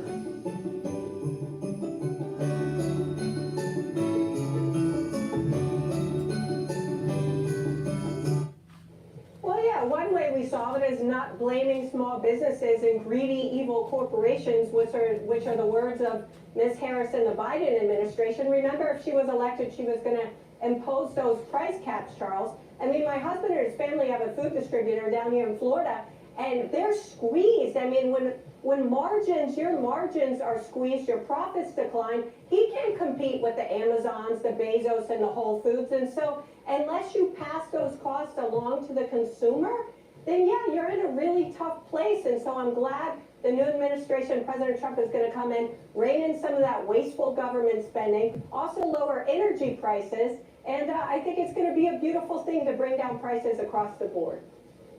You know, Beverly, President-elect Trump campaigned on jump-starting the housing market. We had housing data today. Wasn't great, but the housing prices keep going up and keep going up. What do you anticipate in terms of a rollout from Trump, the new Trump administration? Now, first of all, I do think there is more of a sense of optimism. I looked at the housing numbers in my area in South Carolina, and sales have gone up slightly, so that's good. I think people at least have some certainty for the next 4 years. But he's talked about rolling back regulations, and also lowering energy costs will make sure that homes don't cost as much to build. But I really think there's this element until the economy fully gets back on track, unless interest rates start declining, especially first-time home buyers, young people in their 20s are not going to be able to afford those homes right now. I think this is a long-term battle that he's going to have to address. All right, ladies, let's switch gears because you know what? I'm so unhappy with customer service. Almost everywhere I go, it's become an unmitigated disaster. But on that note, I think I found my next bank. Now, it's a Japanese bank, but it's called Shikoku Bank, and they pledge to commit seppuku, right? Which is essentially, if they commit fraud, any employee at the bank who steals money will pay for it with his or her own property and then commit suicide. All right, so Beverly, suicide aside though, I mean, think about this. Yesterday we found out someone at Macy's sold $100 million, right, or hit fraudulent payments. It just feels like there's a massive disconnect. So I mean, I'm looking at corporate culture. This is crazy. Macy's had to delay their financial reporting because of $154 million employee scam. And it seems like it's going in the wrong way. How do we fix that? Well, putting suicide in an employee contract is quite putting the skin in the game. That's interesting. But here's what I would say. I would agree. We need better customer service, and we need people to be responsible. Here's my theory. Here's what I think you should do, is if you do steal from the customer and or the business, you have to work as janitor until you pay all the money back. You agree to do that. Manual labor is where it's at. Yeah, I don't trust them now. I think the floors are going to be sloppy. They're not going to throw the garbage away. I don't trust them in that role. We got to give them something else. Hey, I want your opinion on this, Heather, but I'm going to skip to something else because I don't know if you guys saw, Warren Buffett put out a fascinating update on this will yesterday. And his intentions is to make sure that his children have enough money, to his point, he says, to do anything but not to do nothing. He wants them to give away 99% of his fortune. And he talks about, you know, that he doesn't think families should have this kind of money. And Heather, I want to talk to you because you're in the financial industry, and right now more and more Americans are trying to generate generational wealth. But Buffett thinks that's a mistake. What are you hearing from people? I don't know. You know, I don't know what they're going to say because I haven't seen this video. But the thing is it's kind of a misnomer here. Warren Buffett pledges to donate 99% of his fortune after his passing. Now let's think about that for a second. How is he donating it? If it's going into some sort of trust fund, is it going into some sort of nonprofit where, you know, in the charter of the nonprofit, it's going to, you know, fund programs, but, you know, some of that money is permanently restricted? You know, what's the pay down of that money within that nonprofit or that fund? I'd like to know the details. Is he giving away 99% of it to taxes? Is he just giving it to the government? Is he giving it to, I don't know, the Democratic Party? Is he giving it to, you know, some sort of other nonprofit? You know, I don't know, you know, whatever it is. Let's say, you know, St. Jude or whatever, right? But I'd like to know the details because I suspect that he's hiding money through putting it into some sort of nonprofit trust fund kind of thing that has a permanently restricted part to it, a big permanently restricted part to it that generates funds, and those generated funds are spent out. There's more to the story on that. Yeah, I I still do believe in transferring generational wealth, but to a certain extent. I mean, let's see, what are the numbers that we're talking about? 140 billion or something like that, right? So, I mean, look, his kids are tasked with the job of donating 99% of that to a charity that they all three of them have to agree on, and they're stuck with 1% of his net worth. So it's not that bad, but at the same time, he's saying, wait a minute, you want to make sure you give your kids enough, but not enough, so that they sit home and do nothing, right? You have to work, you have to contribute to the society, and you're not just spoon-fed. That is no way of giving back, and so he just wants to make sure that his kids contribute in some meaningful way. You know, you got less than a minute to go, Beverly, and on top of that, he did talk about how grateful he was. He was born in America during the Great Depression, and look what he was able to become. And I really think what he's talking about with his kid is making sure that they do work, because work brings dignity. Now, Berkshire Hathaway has done very well over the decades, for sure. All right. You know, the Oracle of Omaha has done well, but he's amassed an amazing amount of cash. All right. The company has amassed an amazing amount of cash. Why isn't that cash either redeployed into purchasing businesses, creating new businesses, or buying shares back from the investors? So it's that cash is redeployed to the investor, or increased dividends. Why is he amassing cash? If he's so altruistic, why does he feel as though he should hold billions and billions and billions of dollars in cash and not give it to the shareholders? That's the bigger story here. Because he is a pig. That's why. So on one side of the story, he says, "Oh, I'm giving away lots of money, of his own money." The other side of the story is that the company, Berkshire Hathaway, has held lots of cash on hand and is not willing to give it back to the shareholders, either through share buyback or increased dividend. There's no reason why a company should have $50, $100 billion in cash. The same problem with Apple. Apple has too much in cash, and they should be giving it back to the shareholders. Being able to make something, create something, brings so much joy. You can look at plenty of extremely wealthy people. If they inherited it and didn't work for it, they often live unhappy lives. So I think this is the best thing he could do as a father. I think it leads to more happiness for his children. And what about the notion of that you could be born in the Great Depression and still become one of the richest persons that ever lived in this world? Phenomenal, isn't it? I think it's just what you talk about all the time. Yeah. Yep. It's the Heather, Beverly, ladies, I'm sure that Warren Buffett can afford his turkey this year. But I do think that he should give back that cash on hand to the shareholders. He shouldn't be hogging it all up. I think it's just wrong.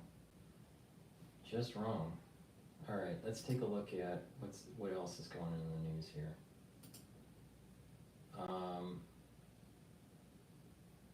Alan Bragg, Challenger, says New Yorkers are fed up with far-left DA. All right. Before I go to that, which is Fox News, I saw one of the council members for Manhattan, the Upper West Side. They had an event at the Harbor Club, and they were talking about what's going on with immigration. They were talking about many issues with New York City. And, one was the crime, one's the housing issue. Supposedly there's 540,000 housing units needed in New York City. I thought that was a large number. I was surprised at the number. 540,000 units are needed. So that's part of the reason why there's really elevated prices in New York City. But what was really important that she brought up that I had no idea is, like, you wonder, why is it that they're sanctuary cities? All right. Why is it that there was such a push for sanctuary cities? Now, one thought was, okay, bring immigrants, illegals in to a state and then kind of try to get them to vote, give them access to voting, and then you convert a red state into a blue state. But there's something even more sinister going on, and that is the education funds for New York. And it's not just New York, but the education funds are based on the number of pupils that sign up at the beginning of the year. So independent on if they're legal or not. So because there has been a declining population in the number of pupils going to elementary school, the funding has been declining. So by having illegal immigrants coming in and those children going into the public schools get more funding. So this is part of the reason why they want that. The public schools want the funding. In addition, New York is declining in population as a state. They are afraid of losing congressional representation at the federal level. It's based on population. If your population declines, they're going to lose representation. They need the population increased. Well, the best way to do it is get illegals in and then eventually give them amnesty. They become citizens and boom, you protect your representation in Congress. So it's about trying to stop the bleeding of people leaving the state. I thought that was pretty profound, and that came right out of a councilwoman's mouth last night.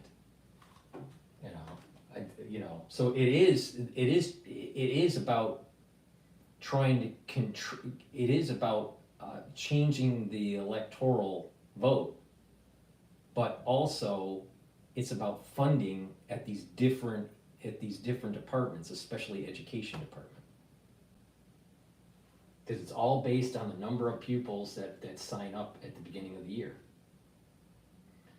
All right, since we were talking about Thanksgiving, just in case you can't afford a turkey and you don't get sleepy after the meal, go to my store, the-studio-reykjavik.com, and get the Goodnight Formula. All kidding aside, the Goodnight Formula is really important to take. Why? You need to consolidate memory by having a deep sleep and the 3 cycles of REM sleep. By being in 3 cycles of REM sleep, you're detoxifying your central nervous system, and you'll be well rested when you wake up. Chronic sleep deprivation is bad for you. It weakens the immune system because your cortisol levels are too high, and it will prevent you from detoxifying your body, and you will age faster. But if you have better sleep, deeper sleep, REM cycle sleep, you're consolidating memory, you're detoxifying the body, and you're going to be well rested. You're going to be slowing down the aging process, and you're reducing the chances of having early onset of dementia. Chronic sleep deprivation is really bad for you. So please go to my store, the-studio-reykjavik.com, and get the Goodnight Formula. This has tryptophan and melatonin in it, and many other different supplements. So just go to the store and read the profile. I don't have time to read the whole profile, but the whole point is this is a very high quality supplement that help aid in your sleep. Right? Go to the store, get the Goodnight Formula, the-studio-reykjavik.com. Help support my channel. Now, let's say you can afford turkey. You're going to be stuffed, right? Because you overeat during Thanksgiving. Everybody overeats during Thanksgiving. So you're going to need the digestive enzyme complex. Why? Because the digestive enzyme complex has the enzymes to break up the carbs, the proteins, and the lipids. So, it's going to, help you to break up the bread that you eat, and, and the stuffing. It's going to help you break up the turkey for the protein, and it's going to help you, break up that gravy that you put on the turkey. In addition, it reduces the stress on your pancreas. As we get older, our pancreas gets worn out, too stressed, right? And it doesn't work as well. Well, a great way to boost up the health of the pancreas and reduce the stress on it while you're digesting is to take the digestive enzyme complex. So you can absorb those nutrients better and you're reducing the stress on your pancreas. If you work out, you're going to need to fuel your body.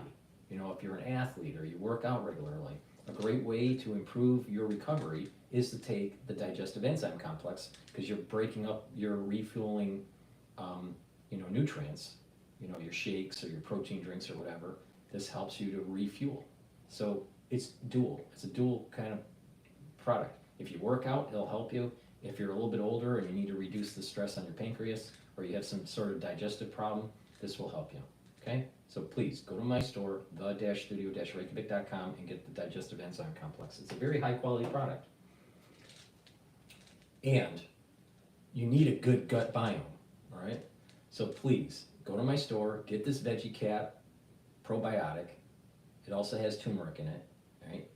And with taking probiotics on a regular basis, you're going to improve your digestion, you're going to reduce inflammation in the gut, you're going to have better metabolism, you're going to have better communication between your gut and your liver. That's really important because your liver detoxifies your body, your liver does a lot of metabolism, and your gut communicates with your brain. With a bad gut biome, you can get depression, you can be sluggish and have less mental clarity. But to improve your mental clarity, to improve your memory, to improve your mood, having a good gut biome helps. So please go to my store, the-studio-reykjavik.com, get the probiotic Veggie Caps. All right, with that said, let's go to Bragg. What's going on with Alan Bragg? I've actually seen him. New Yorkers across the board know that if Alvin Bragg keeps this job, our city...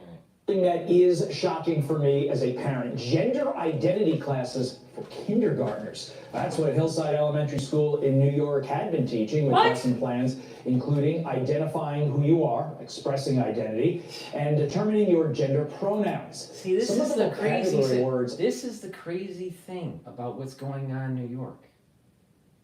They are trying to brainwash these kids at such a young age and confuse them, and then you add in the endocrine disruptors in the food and in the water, and all of a sudden you start having emotional problems. These kids have emotional problems, they start having endocrine problems, they're having gender dysphoria, they're having memory problems, they're not as healthy, their immune system is down. There's lots of things that are happening, and there's these two vectors. They're attacking them through the food and water, and they're attacking them through the inculcation at school. It's crazy. We need to stop this. You wonder, did you have, for the ones that are like Gen X or even baby boomers, did you have friends that fell into all these weird categories, and had all these problems? I didn't know anyone autistic in elementary school. No one. I knew no student that was autistic at any level. Thinking back on, with the knowledge that I have, none of them were even, slightly, not one. Now it's like 40% of the student body. Crazy. We're poisoning our kids mentally and physically. It's just bad. 5-year-olds are expected to understand include cisgender, transgender, and non-binary. And as of this moment, that lesson plan has been taken down. Vaughn Marin is a mom of 4 running against Alvin Bragg for Manhattan DA. She joins me now. We're going to get into the DA race in a second, but you have been a school board president. You are an education advocate. Is that a good idea, teaching that to 5-year-olds? Well, let me say this. I have been elected by the parents of Manhattan again and again and again in our school district, precisely because I focus on, and the parents of our district want us to focus on, real education, on literacy, on numeracy, and not on leftist ideologies that are inappropriate for kids. what parents want is their children to get a good, solid education, to learn how to read, particularly in kindergarten when most kids actually need to learn how to read. And that's why the parents of Manhattan have elected me again and again, because I am very clear that our schools need to be places where kids can learn the important stuff and not have that kind of leftist indoctrination. I think you nailed it. I want my children to learn math, reading, writing, science, and I'm a pretty smart 4-year-old who's going to be 5-year-old soon. And I don't think in any world I could explain cisgender, all these different concepts to her without confusing her, and I think that's the issue. We did reach out to the district. Here's what the superintendent wrote, quote, "We will be reviewing future lesson plans over the next couple of months with updates to the Board of Education, providing ample opportunity for Hastings community feedback before any lesson plans are taught in the classroom." Reached out back to the district for further comment. We are awaiting further clarification, so we'll have to leave that one there. Meantime, Democrat New York Congressman Richie Torres is calling for stronger border security as he eyes a potential run for governor. He told the New York Post, quote, "If the federal government is looking to remove violent criminals, then the state should cooperate." But Ma, just 2 years ago, he said he backed mass amnesty for illegals. Is this a bona fide shift in his views in light of what the voters told us following Trump's big win? I think it's really clear in New York and around the country that people in both parties want safer cities, they want better schools, as we talked about, and they want sensible policies. They don't want extreme ideologies on either side. What they want is a way to raise their kids, to have excellent schools, to have safe streets, to have thriving businesses, and Richie Torres and lots of other people have gotten that memo. Okay, let's get to the main event now, Maude. The migrant crisis. Will it, along with disorder on the streets, cost Manhattan DA Alvin Bragg the election? It's something that you're hoping to facilitate because you want to win that seat. So has this city reached its tipping point where enough voters are saying, look, we are so fed up? I saw an event where where Alvin Bragg was speaking and he took questions from the audience. The audience was very negative on Allen. They were worried about the crime and how he's not addressing it, and all he cared about was just giving, these criminals, one chance, 2 chances, 3 chances, 4 chances, 5 chances. He's just not paying attention to the crime. And then at that time, he was also going after Trump.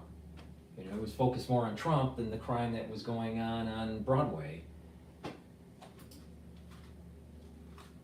Alvin Bragg's soft on crimes policy that we will elect a Republican in a deep blue city like this.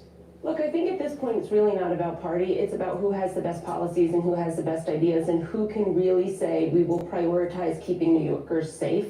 Since 2019, we have had a 30% increase in crime in this city. And that's notwithstanding the fact that some people are so fed up with the response that they get that they don't even call in crimes. If you see someone stealing in your local pharmacy, you're not going to call the police because Alvin Bragg isn't going to prosecute that case. He released a day 1 memo saying that there were certain crimes he just wasn't going to prosecute. So New Yorkers of both parties, New Yorkers across the board know that if Alvin Bragg keeps this job, our city will just get less safe. We absolutely need a change. I am a criminal defense litigator for many. I am dead serious. New York is turning into Gotham. It's turning into Gotham City, all right? Like in Batman, all right? Where it's just like the criminals run the town, the mobsters run the town. New York has big problems, and people that have money are moving out, and this is part of the reason why they're having a problem with their tax base. And so they try to fix it a little bit by, they're going to have congestion pricing. So if you go into Manhattan, they're going to charge you $9 to get in and charge you $9 to get out. Depending on where you come from, at what street level. It's crazy. And then they'll just keep on inching that up and up and up, and people are going to move out of the city. We're seeing the beginnings of the end of New York. It's going back to a pre-Giuliani day. That's what's happening. And it's run by people that are incompetent. And Manhattan needs a good defense right now. We need to be defended against the criminals who have made our city less safe. I would ask you for a point-by-point approach to what your plan would be, but I think I can make it as simple for the audience as possible. If somebody commits a crime, you're going to prosecute them, right? Is it that simple? It really is that simple. We need to prosecute crime. We need to support the law enforcement that we have in the city to do the job they can do. And we need to build a society where you can walk into a pharmacy and pick something off the shelf because our rules are designed to protect the law abiders. It's crazy. It's crazy. You go into Macy's and everything is on a chain because Macy's is worried that these gangs are coming in and stealing everything. You go into, let's say, a Walgreens or a CVS right? Everything is behind a locked up cabinet. Everything. You want a bag of Doritos? You gotta ring a bell to get the bag of Doritos. It's just like, this is the kind of society we live in now. It's unacceptable, and then we're taxed up the yin yang for that because we have an incompetent DA.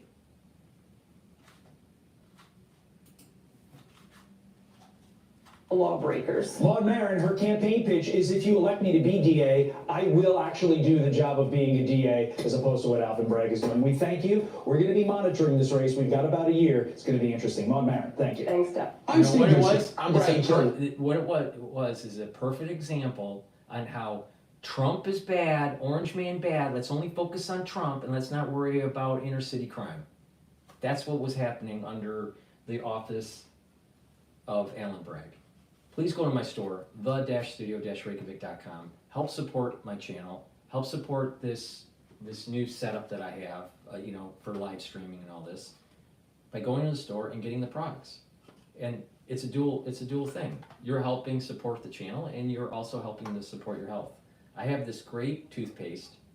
It's made from structural nanosilver. It helps to whiten your teeth, freshen your breath, reduce inflammation at the gum line, help with your gum line. When we get older, our gum lines recede, but this helps to heal the gum line.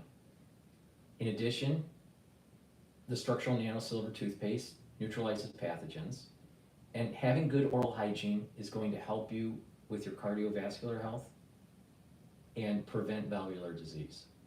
So please go to my store, the-studio-reykjavik.com, and get this great toothpaste. Get a couple tubes for your household. 2, 3, 4 tubes for your household. All right? It's very high quality. It's the best toothpaste that you're going to be able to get. Vitamin B complex, very important for cellular metabolism. The first few B vitamins helps with your mitochondrial health, and B vitamins are very important for your neural health. So it's important to take when you get older. Vitamin C, boost up your immune system, especially during the cold season. If you're not feeling well, take a double dose. Make sure you drink it with filtered water.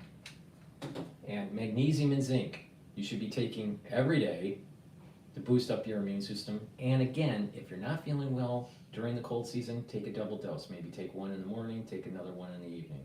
But the thing is if you're not feeling well during the cold season. But, maintenance, if you're feeling fine, take just, 1 dose per day. This is the magnesium and zinc. Boost up your immune system. All right, let's go to Bloomberg here. This is about the turkey party. This event marks the official start of the holiday season here in Washington. It's also my last time to speak here as your president during this season and give thanks and gratitude. So let me say to you, it's been the honor of my life. I'm forever grateful. And he may be feeling grateful for something else this Thanksgiving, which is what he was able to announce from the White House yesterday. A ceasefire deal between Israel and Hezbollah in Lebanon. It began at 4 a.m. local time. It will last for 60 days, but the president cast this as something that can be permanent, ultimately. That is the end goal here. And of course, one of his major goals of holding this office has been to achieve, if not total peace, at least more peace in the Middle East. Something he's been pushing towards since October 7th of last year. And obviously, coming in the final days of his presidency. So we want to reflect more now and assemble our signature political panel. Rick Davis, Stone Court Capital partner and Republican strategist, alongside Democratic analyst Jeannie Shanzano, senior democracy fellow at the Center for the Study of the Presidency and Congress.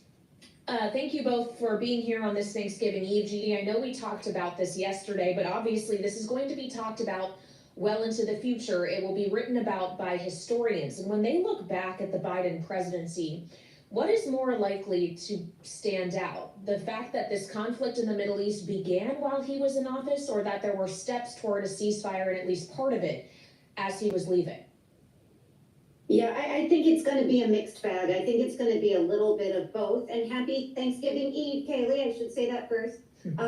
I think it's going to be a little bit of both. This was certainly yesterday, this ceasefire with Hezbollah and Israel was certainly welcome, the result of a huge amount of work on the part of the administration and so many of our allies around the world. It does also suggest that Iran, a chief challenge for the United States, is saying it mildly, has been weakened because, of course, they had to be part of this agreement as the chief sponsor of Hezbollah. But that said, the president, of course, was unable to get, sort of the big prize, which is a peace deal between the Hamas in Gaza and Israel. And of course, most importantly, to get the American and Israeli hostages home who are there and have now been there for over a year. So, it's going to be a bit of a mixed bag on both parts, but this was certainly welcome and the result of a huge amount of work for the president and his team. Well, and of course, the new president is going to potentially inherit not just this conflict, Rick, but the other hot conflict the U.S. has been involved in, at least from a support standpoint, the one in Ukraine. We just had a headline crossing the Bloomberg terminal that President-elect Trump has named Keith Kellogg for a special envoy for Ukraine and Russia. Kellogg, of course, a retired general, retired Army lieutenant general. He did serve in the first Trump administration, but this comes as Donald Trump has been quite clear, Rick, about the fact that he would like to see the war in Ukraine come to an end, and he thinks he could do that in a pretty expeditious manner. So what is the former national security advisor for Trump's former vice president, Mike Pence, going to play a role in here? How long will we need an envoy if there's to be a quick end to this conflict? Well, I think that after the first conversation that Donald Trump had after his election with Putin, where Putin wouldn't even admit that he spoke to Donald Trump, I think the message was loud and clear that if you thought you were going to get a quick end to this conflict, you are kidding yourself. In fact, Donald Trump's message to Putin. I think the issue is that the deep state is trying to create a situation in Ukraine to hamstring Trump, so it slows down trying to restructure the national security state that could potentially lead to tactical nuke usage by Russia. That's what I think is happening. And once Russia launches a tactical nuke, then the national security state is going to rush up to the Hill, talk to Congress and say, you got to give us emergency powers and, curtail freedoms because we don't know if we have a lone wolf in the United States because we have an open border. And we got 9/11 all over again. Conditions that need to be present in order to be able to get a cessation of hostilities, which I think everybody in Europe and the United States would be supportive of under the right terms and circumstances. So kudos to Trump for getting this announcement out at a time when we need to be putting more pressure on Putin. But at the end of the day, anybody who thinks this is going to come to a quick halt, regardless of the political rhetoric of the last year, might be barking up the wrong tree. Well, as we read the nomination statement made by Donald Trump on Truth Social, heaven forbid Trump gets what he wants and the deep state doesn't. See, are you starting to notice a pattern here? If the deep state doesn't like something, they find a way to keep power. Around what happens next in this conflict, Jeannie, it's also going to be a question of Congress and whether additional funding will ever materialize. And as we are at are now, even with Rick saying, you know, this might not end quickly, this could drag on for some period of time until some form of agreement can be reached. Is it likely that Ukraine, with a red sweep, is going to see more money from the United States? You know, I don't think they're going to see anything approaching what they've seen under the Biden administration. Donald Trump campaigned on an America First slogan. So did many of the members of the party who won. Many of them are now in Congress. We still have a number of Russia hawks in Congress as well, including Mitch McConnell, who has a key role on one of the appropriations subcommittees in the Senate, although he has stepped aside from the majority leader position, or minority leader as he was. But the reality is that we are seeing, even just in Trump's appointments, even before Kellogg, you have Rubio and Waltz, both of whom initially supported aid to Ukraine, but when that last $60 billion package came up in April, they both voted against it. And you have somebody like J.D. Vance, who advocated for freezing the war where the troops are located. And so, you know, Rick is absolutely right. This is going to take time, but the devil here is going to be in the details. What does it mean to see a political solution? What does Ukraine get out of this? They want in NATO. They probably won't get that. Are they going to get a deal for arms, shipments, defense? You know, if J.D. Vance has his way and they freeze troops where they're located, that is the concern of many of the hawks, that is a much more favorable end for Russia and Putin than it is for Ukraine. So there is still a lot of work to be done. But I do think as it pertains to funding, Donald Trump was very clear, as were Republicans in the campaign, we are focused on America first. And that means that level of funding we've seen is not going to probably be replicated in the next few years. Well, I'm glad you raised NATO, Jeannie. Rick, obviously there has been, on those who are proponents of Ukraine aid who want to see the additional funding, the argument is because Ukraine is acting as a barrier to the rest of NATO, where Russia could target next if it's victorious in Ukraine. And there's been much question about the future of the NATO alliance under a second Trump administration, keeping in mind this alliance is now bigger, has grown larger with new members since Joe Biden took the office. As we consider the check here provided by the other branches of government, Congress has taken steps to make it more difficult to actually leave NATO, for example. And I just wonder what the reality check is on what our relationship with that alliance could look like under Donald Trump, what really he could do to change it, considering the articles to which the U.S. is bound. Well, I think that, first of all, you really question whether or not that's the intention of Donald Trump. He likes to rattle the sabers when it comes to our own allies, but the reality is we just went through 4 years of Donald Trump and 4 years of Joe Biden, and arguably NATO is stronger than it has ever been since the Cold War ended. The deep state does a lot of saber rattling too. You kidding me? And look, we have the power of the purse. NATO is very much reliant on our financial support and our military support. We have bases in virtually every NATO country, troops permanently stationed there, enormous amount of equipment and stockpiles. And I think that all of that is leverage for Donald Trump to do his own bidding when it comes to dealing with people like Putin and others. So he's a negotiator if he's anything, Donald Trump, and I can't imagine him wanting to undermine his negotiating capability with Putin, you know, by somehow undermining NATO at this point. Doesn't mean it doesn't, you know, happen at some point in time in the future of his presidency, but there's no indication right now that we're anything other than a committed ally to NATO. I would say European allies of ours have stepped up, not only making increased budget additions to their military, their domestic military, but they're making more commitments to supporting Ukraine than they did a year ago. So they're not hesitating the buildup of NATO support to Ukraine, even when the U.S. may be facing a lull. I think the biggest issue with the United States is our own stockpiles. Some of the money that has been suggested by the Biden administration, if not 2/3 of it, would actually go to the rebuilding of U.S. stockpiles, which are dangerously low, and if they get low, you can't do anything to help Ukraine when it comes to armament. So the reality is it's in everybody's interest to resupply the U.S. and giving ourselves options in the future. And I would think Congress would be okay with looking at something like that. Maybe not direct support to Ukraine, but certainly to be able to rebuild our own stockpiles. All right, Rick Davis and Jeannie Shanzano, our signature political panel, with me as we digest this breaking news. We definitely need to prepare for a potential Pacific conflict with China.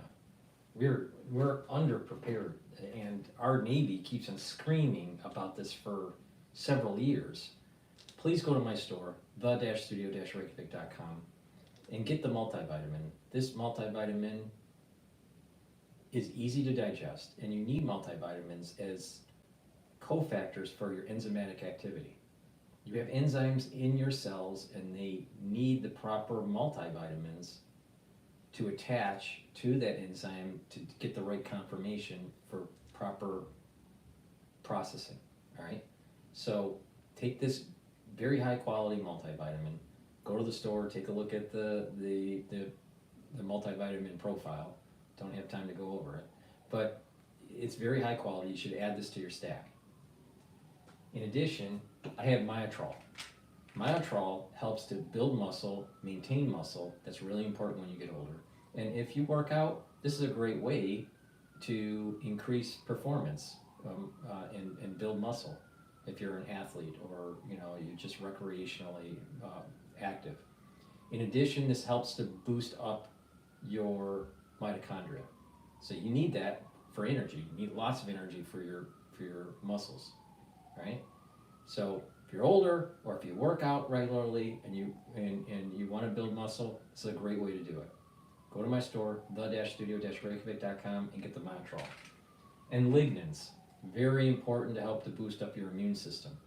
This is a powder. You mix it with your food, or you can mix it with filtered water, all right, or make a smoothie. What I do is I mix it with hummus, but it's a powder. It has a little scooper. Take a scooper a day, all right. This helps to boost up your immune system. In addition, it also helps with your endocrine system. This is an antioxidant, and it helps to bring down inflammation. Go to my store, get the lignans. This is very, very high quality to improve your immune system. All right, I want to, probably people have seen parts of the video from Harris going off on a tangent.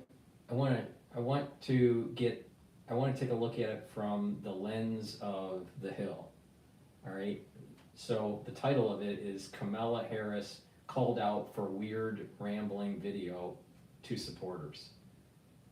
I saw it and she looked strange. All right, so let's see what they have to say about Harris's strange video that was released. I think it was yesterday.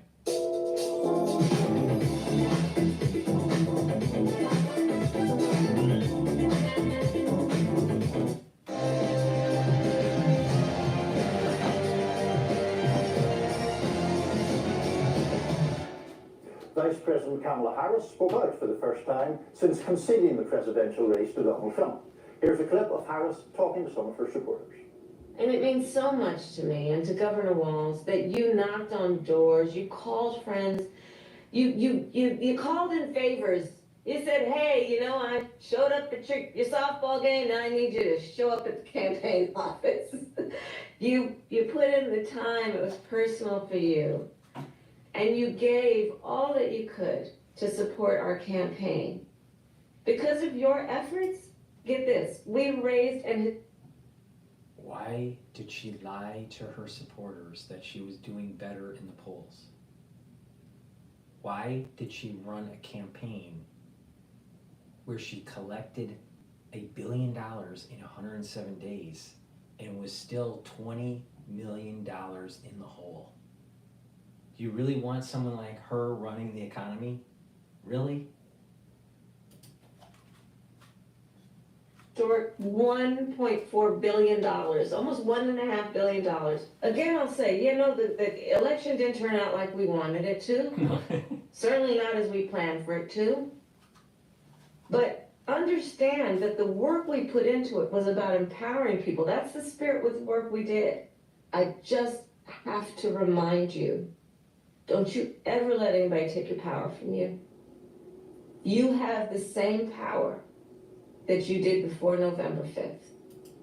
And you have the same purpose. How do they have the same power when they lost the House, they lost the Senate, they lost the executive branch, and there's a more conservative court? How does the Democratic Party have power?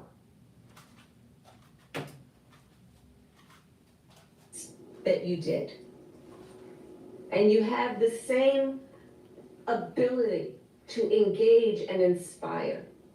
So don't ever let anybody or any circumstance take your power from you. Social media user skewered Harris's 3-week post-law speech. Frequent critic of the Biden administration, Benny Johnson, posted on X, quote, Kamala Harris addresses supporters 3 weeks after a humiliating loss to Trump in painfully cringe 10-minute rant where she brags about wasting over $1.4 billion in donor money. And conservative pundit Gunther Eagleman wrote, who in their right mind let Kamala Harris post this? Lol. Charlie Kirk, host of The Charlie Kirk Show, chimed in as well, as Kamala delivers a message to her dejected supporters, bragging about how they raised nearly $1.5 billion for her failed campaign. David Plouffe has finally admitted the campaign's internal polling never had Harris ahead of Trump. It was all a giant scam. Niall, yes. What are your thoughts of that video? She's I don't know. Can I say it? Can I express my around here? It's and it's fine. And she lost, and she should be taking some time off and relaxing with a bottle of Chardonnay or whatever puts her in a calming place. I wonder if she had cracked that bottle before posting that message. I know there was some comment to that effect online. I think she has a rather idiosyncratic way of speaking at the best of times. It seemed, I wasn't clear whether her remark. She looked like she had substance abuse. Were scripted or not, because they seemed at times quite casual, but it would be odd if you gave a fairly lengthy address for the first time since she considered the election. I agree. Without any notes It seemed unscripted, but I can't imagine that it was. Whether it may have been or not, I do first have to defend her to some extent with, like, well, I mean, we read out tweets by, like, Benny Johnson and Charlie Kirk and that other guy. Yeah. Like, your best friend. All my besties. I mean, these, they would criticize Kamala Harris for breathing, so I don't know really what is particularly gay other than woke breathing. Well, maybe it is. Look, on what I don't really think. I don't want to kick her when she's done it, so to speak. She ran, as is often the case with Kamala Harris. Wasn't the best, wasn't the worst. It was okay. It wasn't enough to overcome all the difficulties that she faced. That speech was not her most effective. I will certainly acknowledge that. I think it was sort of very vague. One of the things I notice about Kamala Harris' speeches generally is she doesn't really tend to tell a story in the speeches. There isn't a narrative. Maybe she'd just get a new speechwriter. There isn't a narrative really in her remarks. There's sort of a bit of this and a bit of that, and throw it all into a grab bag together. Having said that, look, losing a presidential election, we've spoken about this before, very searing experience, very exhausting experience. I think it's ludicrous to say it was a scam because everyone needs vast amounts of money to contest a presidential election. Losing like the student council treasury election in middle school is traumatizing enough. Yeah, well, exactly. It's coming this close. Are we going back to your youth almost here? I mean, it's even worse. I thought it was just $1 billion. It's $1 billion. It's $1.4 billion. 1.4, almost $1.5 billion. That is insane amount of money for a campaign in such a short amount of time that she spent it. I mean, there must be some serious corruption. So, I mean, it all comes down, I often think back when the whole Biden crisis was ongoing, There was some otherwise anonymous ex-user who went very viral for a tweet that, if I remember it correctly, was simply, "They're going to have to roll the dice on Kamala, bro." And that was basically the situation. Like, Biden was definitely going to lose. Yeah. Jumping past Harris to... One ticker, one trade, every week. My name is Nate Baer, and I just sat down with Peabody Award-winning journalist Bill Tucker and revealed the number... Jumping past Harris to someone else wasn't really viable because she's the incumbent black female vice president. She has political flaws, as we all saw in 2020. Some of the things she did this campaign were okay, some of them were not so good. Well, and they're still talking about her. She wants to keep herself in a conversation for now, as we alluded to yesterday and the day before. She's never in coming back. contention for either California governor or running No for president way. again. I can't imagine her actually doing either of those things. Look, I think if she ran for governor of California, she would very well win. She would have a good, strong chance of winning. She has name ID specifically in California, and is her kind of, as you say, idiosyncratic, not just deliberately, but mix of policies or what she stands for, is clearly a fit for California. I have no doubt she could win that race. I have serious doubts about her necessarily winning the nomination or the presidency if she pursued it for national politics. She could become governor. Does she really want to do that? Does she want to do any of these things that take work? And look, she did her best. I don't want to kick her when she's down either. I think she should, you know, semi-retire from well, certainly from running campaigns. She can. She doesn't want to put the effort in to be good. She's just mediocre, and she's been mediocre her whole life. Please go to my store, the-studio-reykjavik.com, and get the zeolite. This is a way to detoxify your body from heavy metals, toxins, and chemicals, including forever chemicals. A great way to start is filter your water, eat better foods, stop eating processed foods, and then the detox. All right? So please go to my store, get the zeolite, and detox. This is a zeolite that you can take every day throughout the year, or you can, do it once or twice a year. It's up to you. I have a very strong antioxidant. It's called C60. You can get it in extra virgin olive oil, MCT coconut oil, or avocado oil. C60 soaks up free radicals, helps to boost up the health of the mitochondria, boosts up your ATP. You'll have more energy, and with more energy, you'll have a better endocrine system, a better immune system. Your cells will perform better, and soaking up those free radicals, you'll slow down the aging process. So please go to my store, the-studio-reykjavik.com, and get the C60 and the zeolite. Be a speaker or do whatever, book tours, that kind of thing. That's really the role for her. That's got to be what she wants more, is less taxing and to be. And as we said whenever we previously discussed this, it's traditionally difficult in American politics to come back from defeats. Now, obviously, Trump is a rebuttal to that argument, but you go past that and you have to struggle to find people. Nixon did it, admittedly, in the 60s. Nixon was the biggest political comeback until Donald Trump. Right. But, that is generally rare, and if you lose a presidential election, there is not generally an easy route back from there. And it's not like Kamala Harris has a really, it's not like an AOC type figure or a Bernie Sanders type figure where there is a ideological movement that is filled with fervent believers in that person. She's a sort of technocrat, really, and whenever it comes down to it, and those people do not tend to inspire massive loyalty. Right, and she's someone who I think wanted to be in the mold of like a Barack Obama, as such a charismatic speaker, someone whose personality and personal charisma holds your attention. There was no way that she would have been a Barack Obama. No way. There was just too many people that just did not like her. Plus, you gotta also remember Barack Obama. You gotta also remember Barack Obama came onto the scene during that whole Lehman crisis, and people were very upset with the economy and with the Bushes, and it was a kind of a unique situation.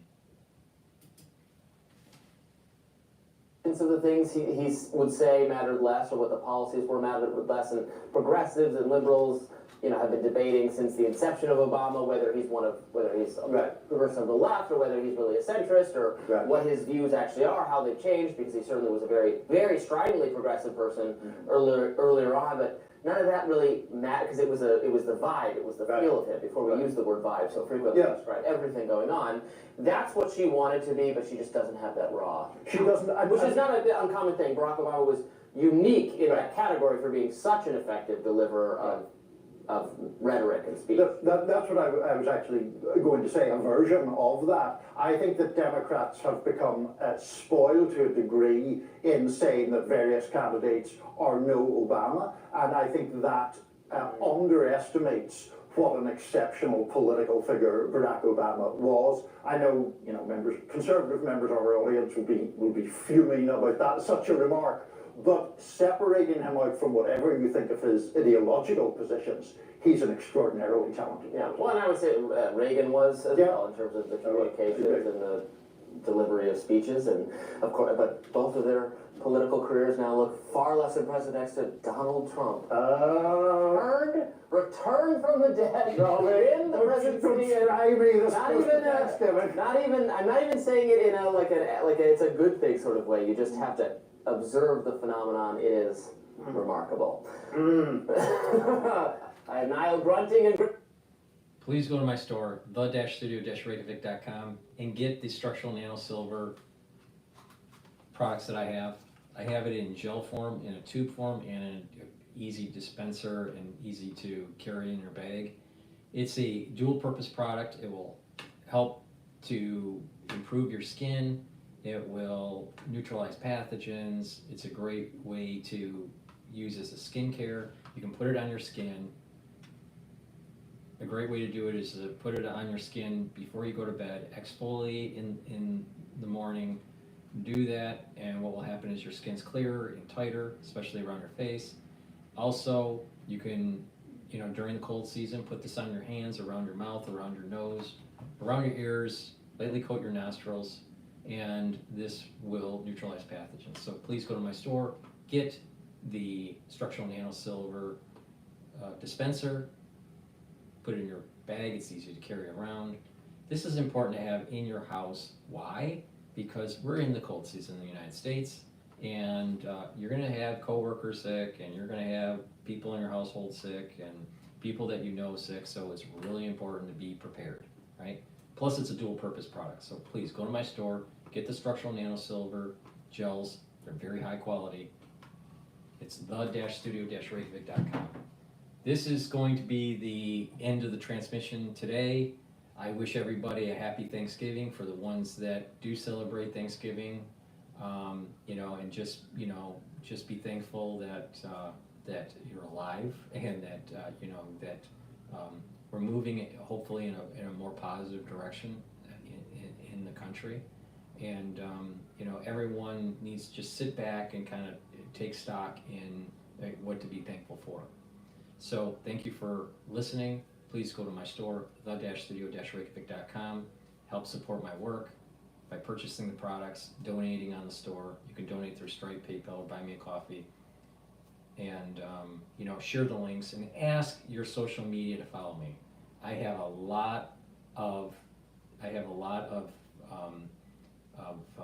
censorship that's going on with YouTube. They bleed my subscribers, and I want to help people. You know, improve their health, right? And understand what's going on. And also, you know, we're gonna add, the markets don't only go upward, markets also go down too. And I wanna give you my perspective when those things happen. So please, go to my store, help support my work, ask your social media to follow me, and so we can move forward with this kind of more interactive setup. Thank you for listening, and have a nice day.